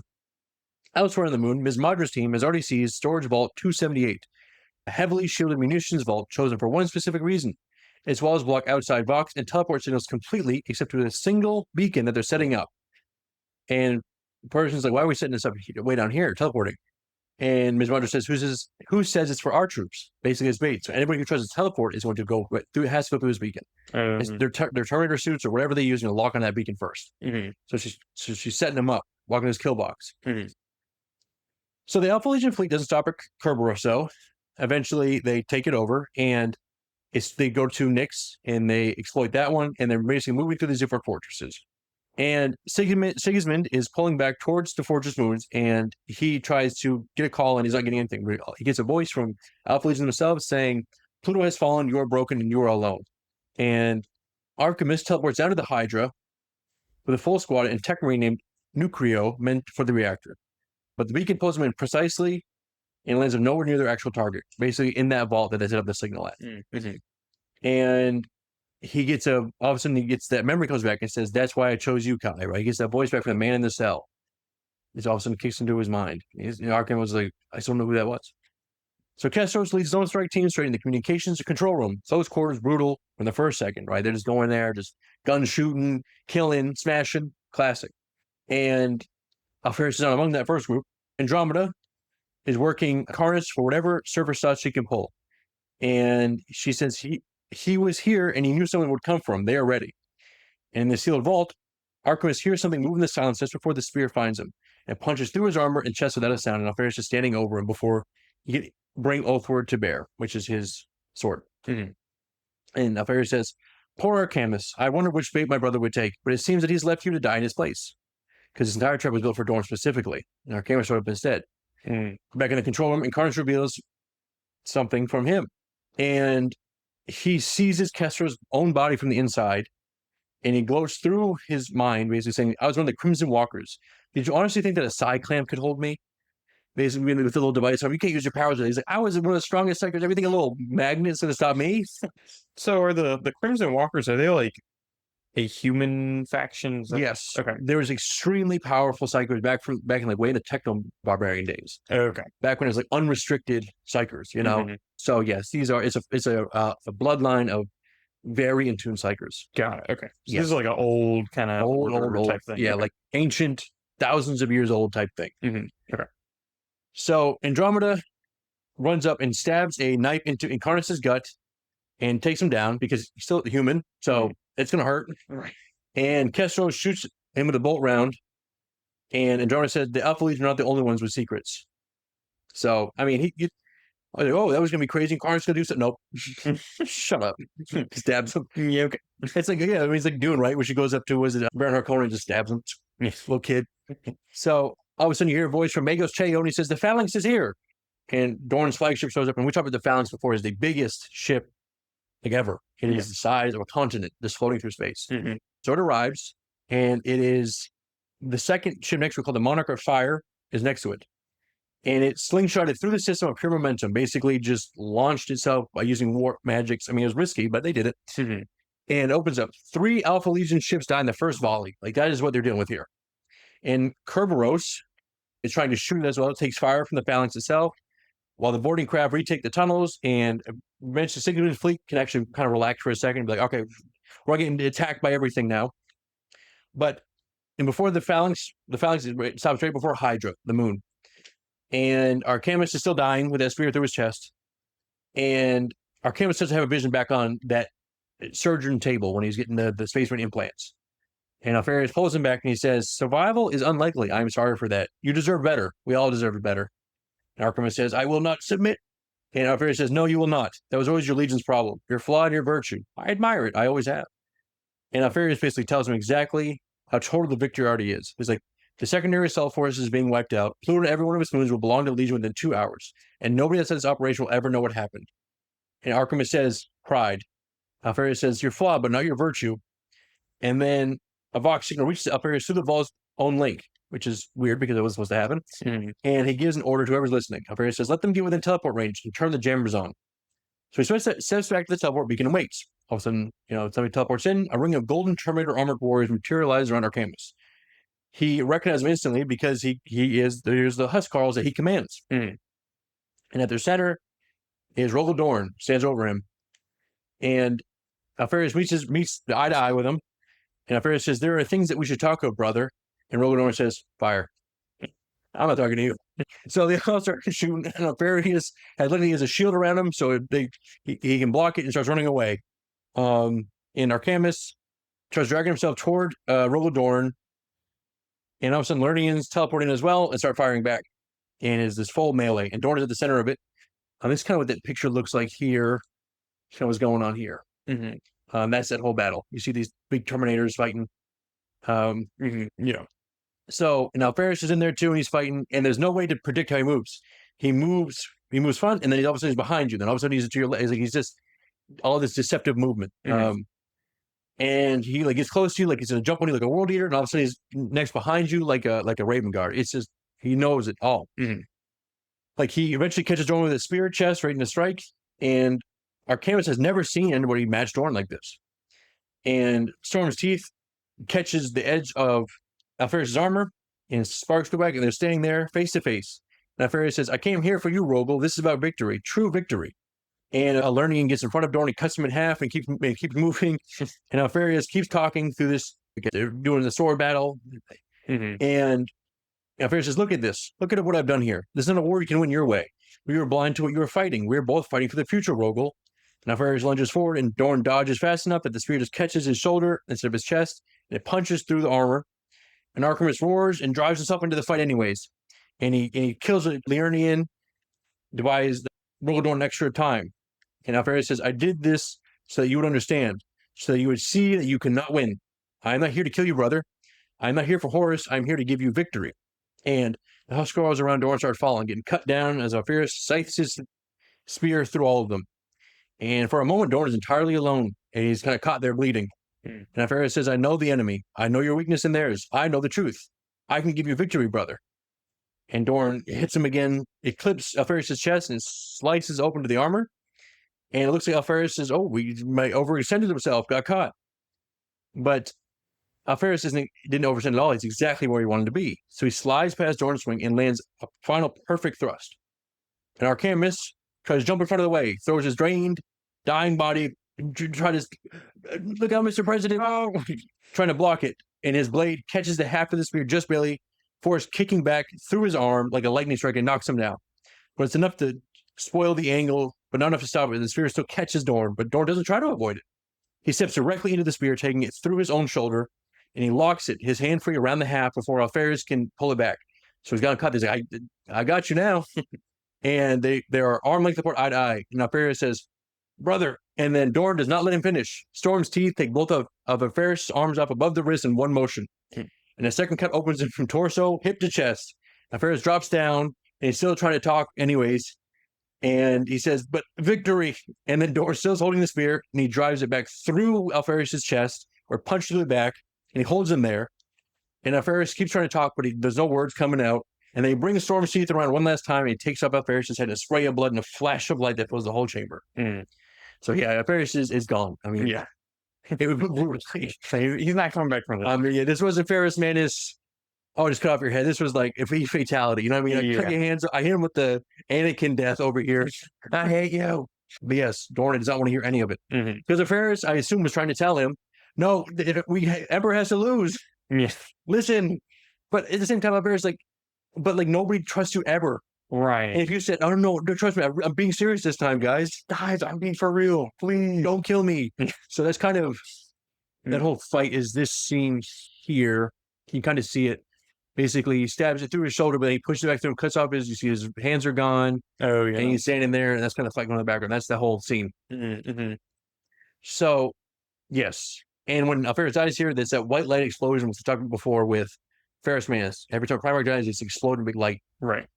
Now, nobody pauses this because Alpharius died. People are still fighting. And Ms. Madra is moving. And the moment she hears a teleportation thunder and she hears warnings, she gets a shul moving. And she clears the hangar with her ship before they break into the room she was in. And she says, go. And aboard the Alpha, Silonius is watching his own fleet's shields fail across nearly every zone and asks for a teleport range to Hydra that no longer exists. And he says, signal to all forces, full withdrawal. And Silonius says, we are a legion, we are many, we are one. And aboard the Lacrimae, Sigismund watches the armorer strip damage plate off his own armor. And Fafnir Rand grins through a mask of dried blood, reporting the Alpha Legion is breaking and running away. And Sigismund says, bring me my sword. That black sword that you see in the pictures there. So, in Storage Vault 278, Kestros burst through the doors in time to see something none of them will be ever allowed to speak up again, as a Primarch is dead at his own brother's hand. Don't bring that up. That's not supposed to happen. And Archamus is still alive, barely, and he doesn't have much time left. And he all of a sudden starts feeling himself falling. And Rogel Dorn looks down and he says, Archamus. Archamus says, Lord, you are wounded. Alpharius, what he said. And Dorn says, lies, nothing more. And Archamus says, I failed you. And Dorn says, you have never failed me, my son. And Archamus says, I, not your son, my lord, I'm your Praetorian. And then he goes out. Is he dead? Oh, who knows? But yes, the Praetorian of Dorn is the name of the book. And it's Archamus. So, yes, that's kind of how that ends there. But, epilogue. Omegon wakes. And he's never slept before his entire existence, never dreamed, never felt fatigue, because he's a Primarch. He wakes up anyways cold on the deck of his own arming chamber, blood in his mouth and his hands are numb and curled around something that is no longer there. And a single feeling arrives before he can really think about it, that he's alone. His equerry Arcos finds him like that and says, "Are you something wrong?" And Omega says, "Is there word from Lord Alpharius?" And Arcos says, "None." And then, but there's something worse waiting though. Horus wants to speak with Alpharius. "Hey, how's it going over there?" "He's on the phone right now." "I can't. No, I can't. I already told him to wait. I can't." So he's like, "We can't stall him forever." So Omegon gets himself ready. Says, all right. He says, because never once in his life has he ever been alone, right? Always Alpharius was there because of the same soul, right? Two bodies, same soul. So, and he can feel it. He knows that Alpharius is dead. He just doesn't know for sure. Suspicion.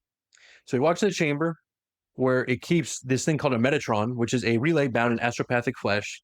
It's another way they can talk through things. It's more warp magic and just real nastiness. And its face kind of like changes to, it's nasty. The smoke cloud, kind of like the Wizard of Oz type thing, but there's like a person chained under it. So he says to Horus, who's waiting on the call, says, "I'm Alpharius. What is your will, my War Master?" So he has taken the new identity of Alpharius. Omegon is gone. And so is Alpharius. But wait a minute. Alpharius is, wait a minute. What? So Andromeda is waiting in a cell, and somebody arrives and she says, "Are you to release or silence me, Kestros?" And Kestros is wearing a big Huskarl cloak. He got a little promoted. And she's like, "Nice." And she's not being interrogated, but she's being assessed because she's like, now you know a little too much. You kind of were a part of something that maybe you shouldn't be a part of. And Dorn has ordered a full, quiet purge of the solar system's remaining Alpha assets. And Andromeda understands what that means. She says, "I don't blame you. Knowledge is poison. I know too much. That Alpharius was here in the solar system on Terra. Too much, too dangerous a truth to let live." And Kestros confirms the actual order. No record of Alpharius' death. No word of it spoken, not even inside the Legion itself, beyond Dorn and his Huskarls. Andromeda says, "Denying Alpharius even the honor of memory and death." And Kestros says, something like that. So, I mean, that really goes back to the whole beginning, right? Like, we're sending a message, and it's like, the message now is that they failed, and Alpharius is gone. But who knows what happened? They won't even give him the honor to say that he died in glorious combat. So Kestros says, he says, "I'm not going to kill you." He says, "I actually want you to keep hanging around us on Dorn's own authority." And she pushes back, says, "I don't know about all that." And he says, "But you will. It is your nature."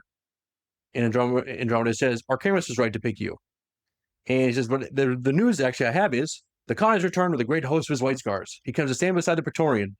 The darkness grows and the full force of the storm is just beyond the horizon." Andromeda notes, there's a poet buried somewhere in you now. And he corrects her on the name because he calls her Kestros. And he says, "That is no longer my name." He doesn't say what his name is now, and that's where it ends. So that's where we end. And so this technically happened before Path of Heaven. But at the same time, not really can happen at the same time because they just arrived after this. So. Yeah, no, I think it ties in pretty well. It's like, and it's kind of where we left off with the. I do like that. Like, oh, the Khan's here. Yay. So, perfect little connection. But nice. That's a long one. I didn't realize how long it was going to be, but any questions? I'm trying to think. So now no one really knows that Alpharius is dead except for, I guess, Dorn. His Huskarls. And Huskarls, and then what's her name? Andromeda. Right, yeah. And Omegon, obviously. Right. And then Omegon's operating under people assuming he's Alpharius. Kind of. Yes. Yeah. He has not taken over the identity of Alpharius. So, because people don't know Omegon exists. So it is not really that hard for him to assume the identity because he looks just like him anyways. And he has the same soul. So it's like really just putting on a different pair of shoes. You know? Yeah. Okay. And then the spear, is that just gone? Is that just... I guess the Imperial Fist have it. I mean, I guess, unless, or maybe, I guess, I don't know. I mean, did Alpha Legion sneak away with it? I guess they wouldn't have been able to. Yeah, I don't think. I guess the Imperial Fist might have just stolen it. And who knows, maybe they get it back one day, they'll be like, "Oh, we we actually had an inside guy the whole time that was ready for if Alpharius died to take the spear." So, yeah. But yeah, that's, I think it's a good, it's still tricky because it's a lot of different plot lines we had to cover there. But I think, I think it's a good coverage. Yeah, I think so. And there's like some interesting twists. It's like, oh, what was it? Selenius is actually Alpharius. Is like, oh, that was, kind of a cool way. And it was always going to be a cool twist where the guys being like, you can't stop me. I'm a crimson, whatever. Like, and then stabs him. Oh, okay. You still die though. Yeah. Just trying to stab him. Yeah. But like this, as complicated as Alpha Legion is. I think they're interesting. Just like I think they're fun because they do a lot of stuff that a lot of legions aren't allowed to do. Yeah. Like this whole like 10-year long plan. Yeah. It's like, who's else going to do that? Nobody's going to do that. So you can do like kind of espionage spy stuff like they can. Mm-hmm. It's just a little annoying sometimes. You're like, they do have the benefit of convenience. Yeah. Oh, of course they had a plan for that. It's like, whatever. Yeah. It does open, it kind of like, I don't know, makes you like, are we sure about this guy? It's like, do we really plant Space Marines like 20 years even before the Horus Heresy? You're like, just in case something bad happens, like, why? What? Okay. With the, I guess, piece of the spear too, right? Because that's what they dug up. There's a bunch of different pieces all scattered around. Yeah. Okay. Yeah. And it's funny too, because Alpharius is coming here to tell Dorn specifically, like, hey, I've seen the acuity, the Cabal showed me the future. Like, it's like, yeah, but the way you did it was such a bad, like, yeah. Of course he's going to kill you. I'd say the way to go about it is just like destroy a bunch of stuff on Earth and then start assaulting a bunch of kill Imperial Fist and kill Space Marines. Like meeting him one-on-one and being like, hey, can we talk? It's like, yeah. What are you talking about? Like, of course he killed you. You didn't mean like he murdered you. Like, he took your hands off. He took you like he pieced you up. That was the end of it. But yes, and so another Primarch is down. I guess we're still the same number though, technically. Oh yeah, because Megan replaced him. But I guess no, technically not, because if we counted Megan the whole time, then so if you count 19, and I guess it's 18. It's like how many? It's always it's like a trivia question. It's like, how many Primarchs are there? 21, 20. It's like who's asking? What do you mean? Yeah, specify please. Right. So yeah, was that 2 down? Right. Yeah, Pharaoh's Manus and Alpharius. So that's 1-1. We lost one loyalist and lost one traitor. Oh yeah. And Alpharius had the most interesting reason to be a traitor. I guess Angron. I mean, Angron's alive, but he's not Angron anymore. That's true. Too. Yeah, I would say those two are kind of like, I guess half if you want to count it. But like they're like a weird, like a evil neutral. Yeah. Well, like chaotic evil, where it's like they don't really listen to Horus anymore, just because it's like they're just demon possessed. Like Fulgrim does whatever he wants. And Angron's just killing. Yeah. So, but yeah. So all right, we'll wrap it up there. It's a long one, definitely a long one. But anyways, if you guys got this far, I mean, that's good to hear. I mean, you like this. Yeah, dedication. I like to see it. Yeah, do the likes, do the subscribing, in the comments. I don't know what's your favorite. What's your favorite of the Alpha Legion threads? What was the most interesting of the things that they did to trick them? Were you surprised by Silonius being Alpharius? Let me know in the comments. Anyways, bye for now.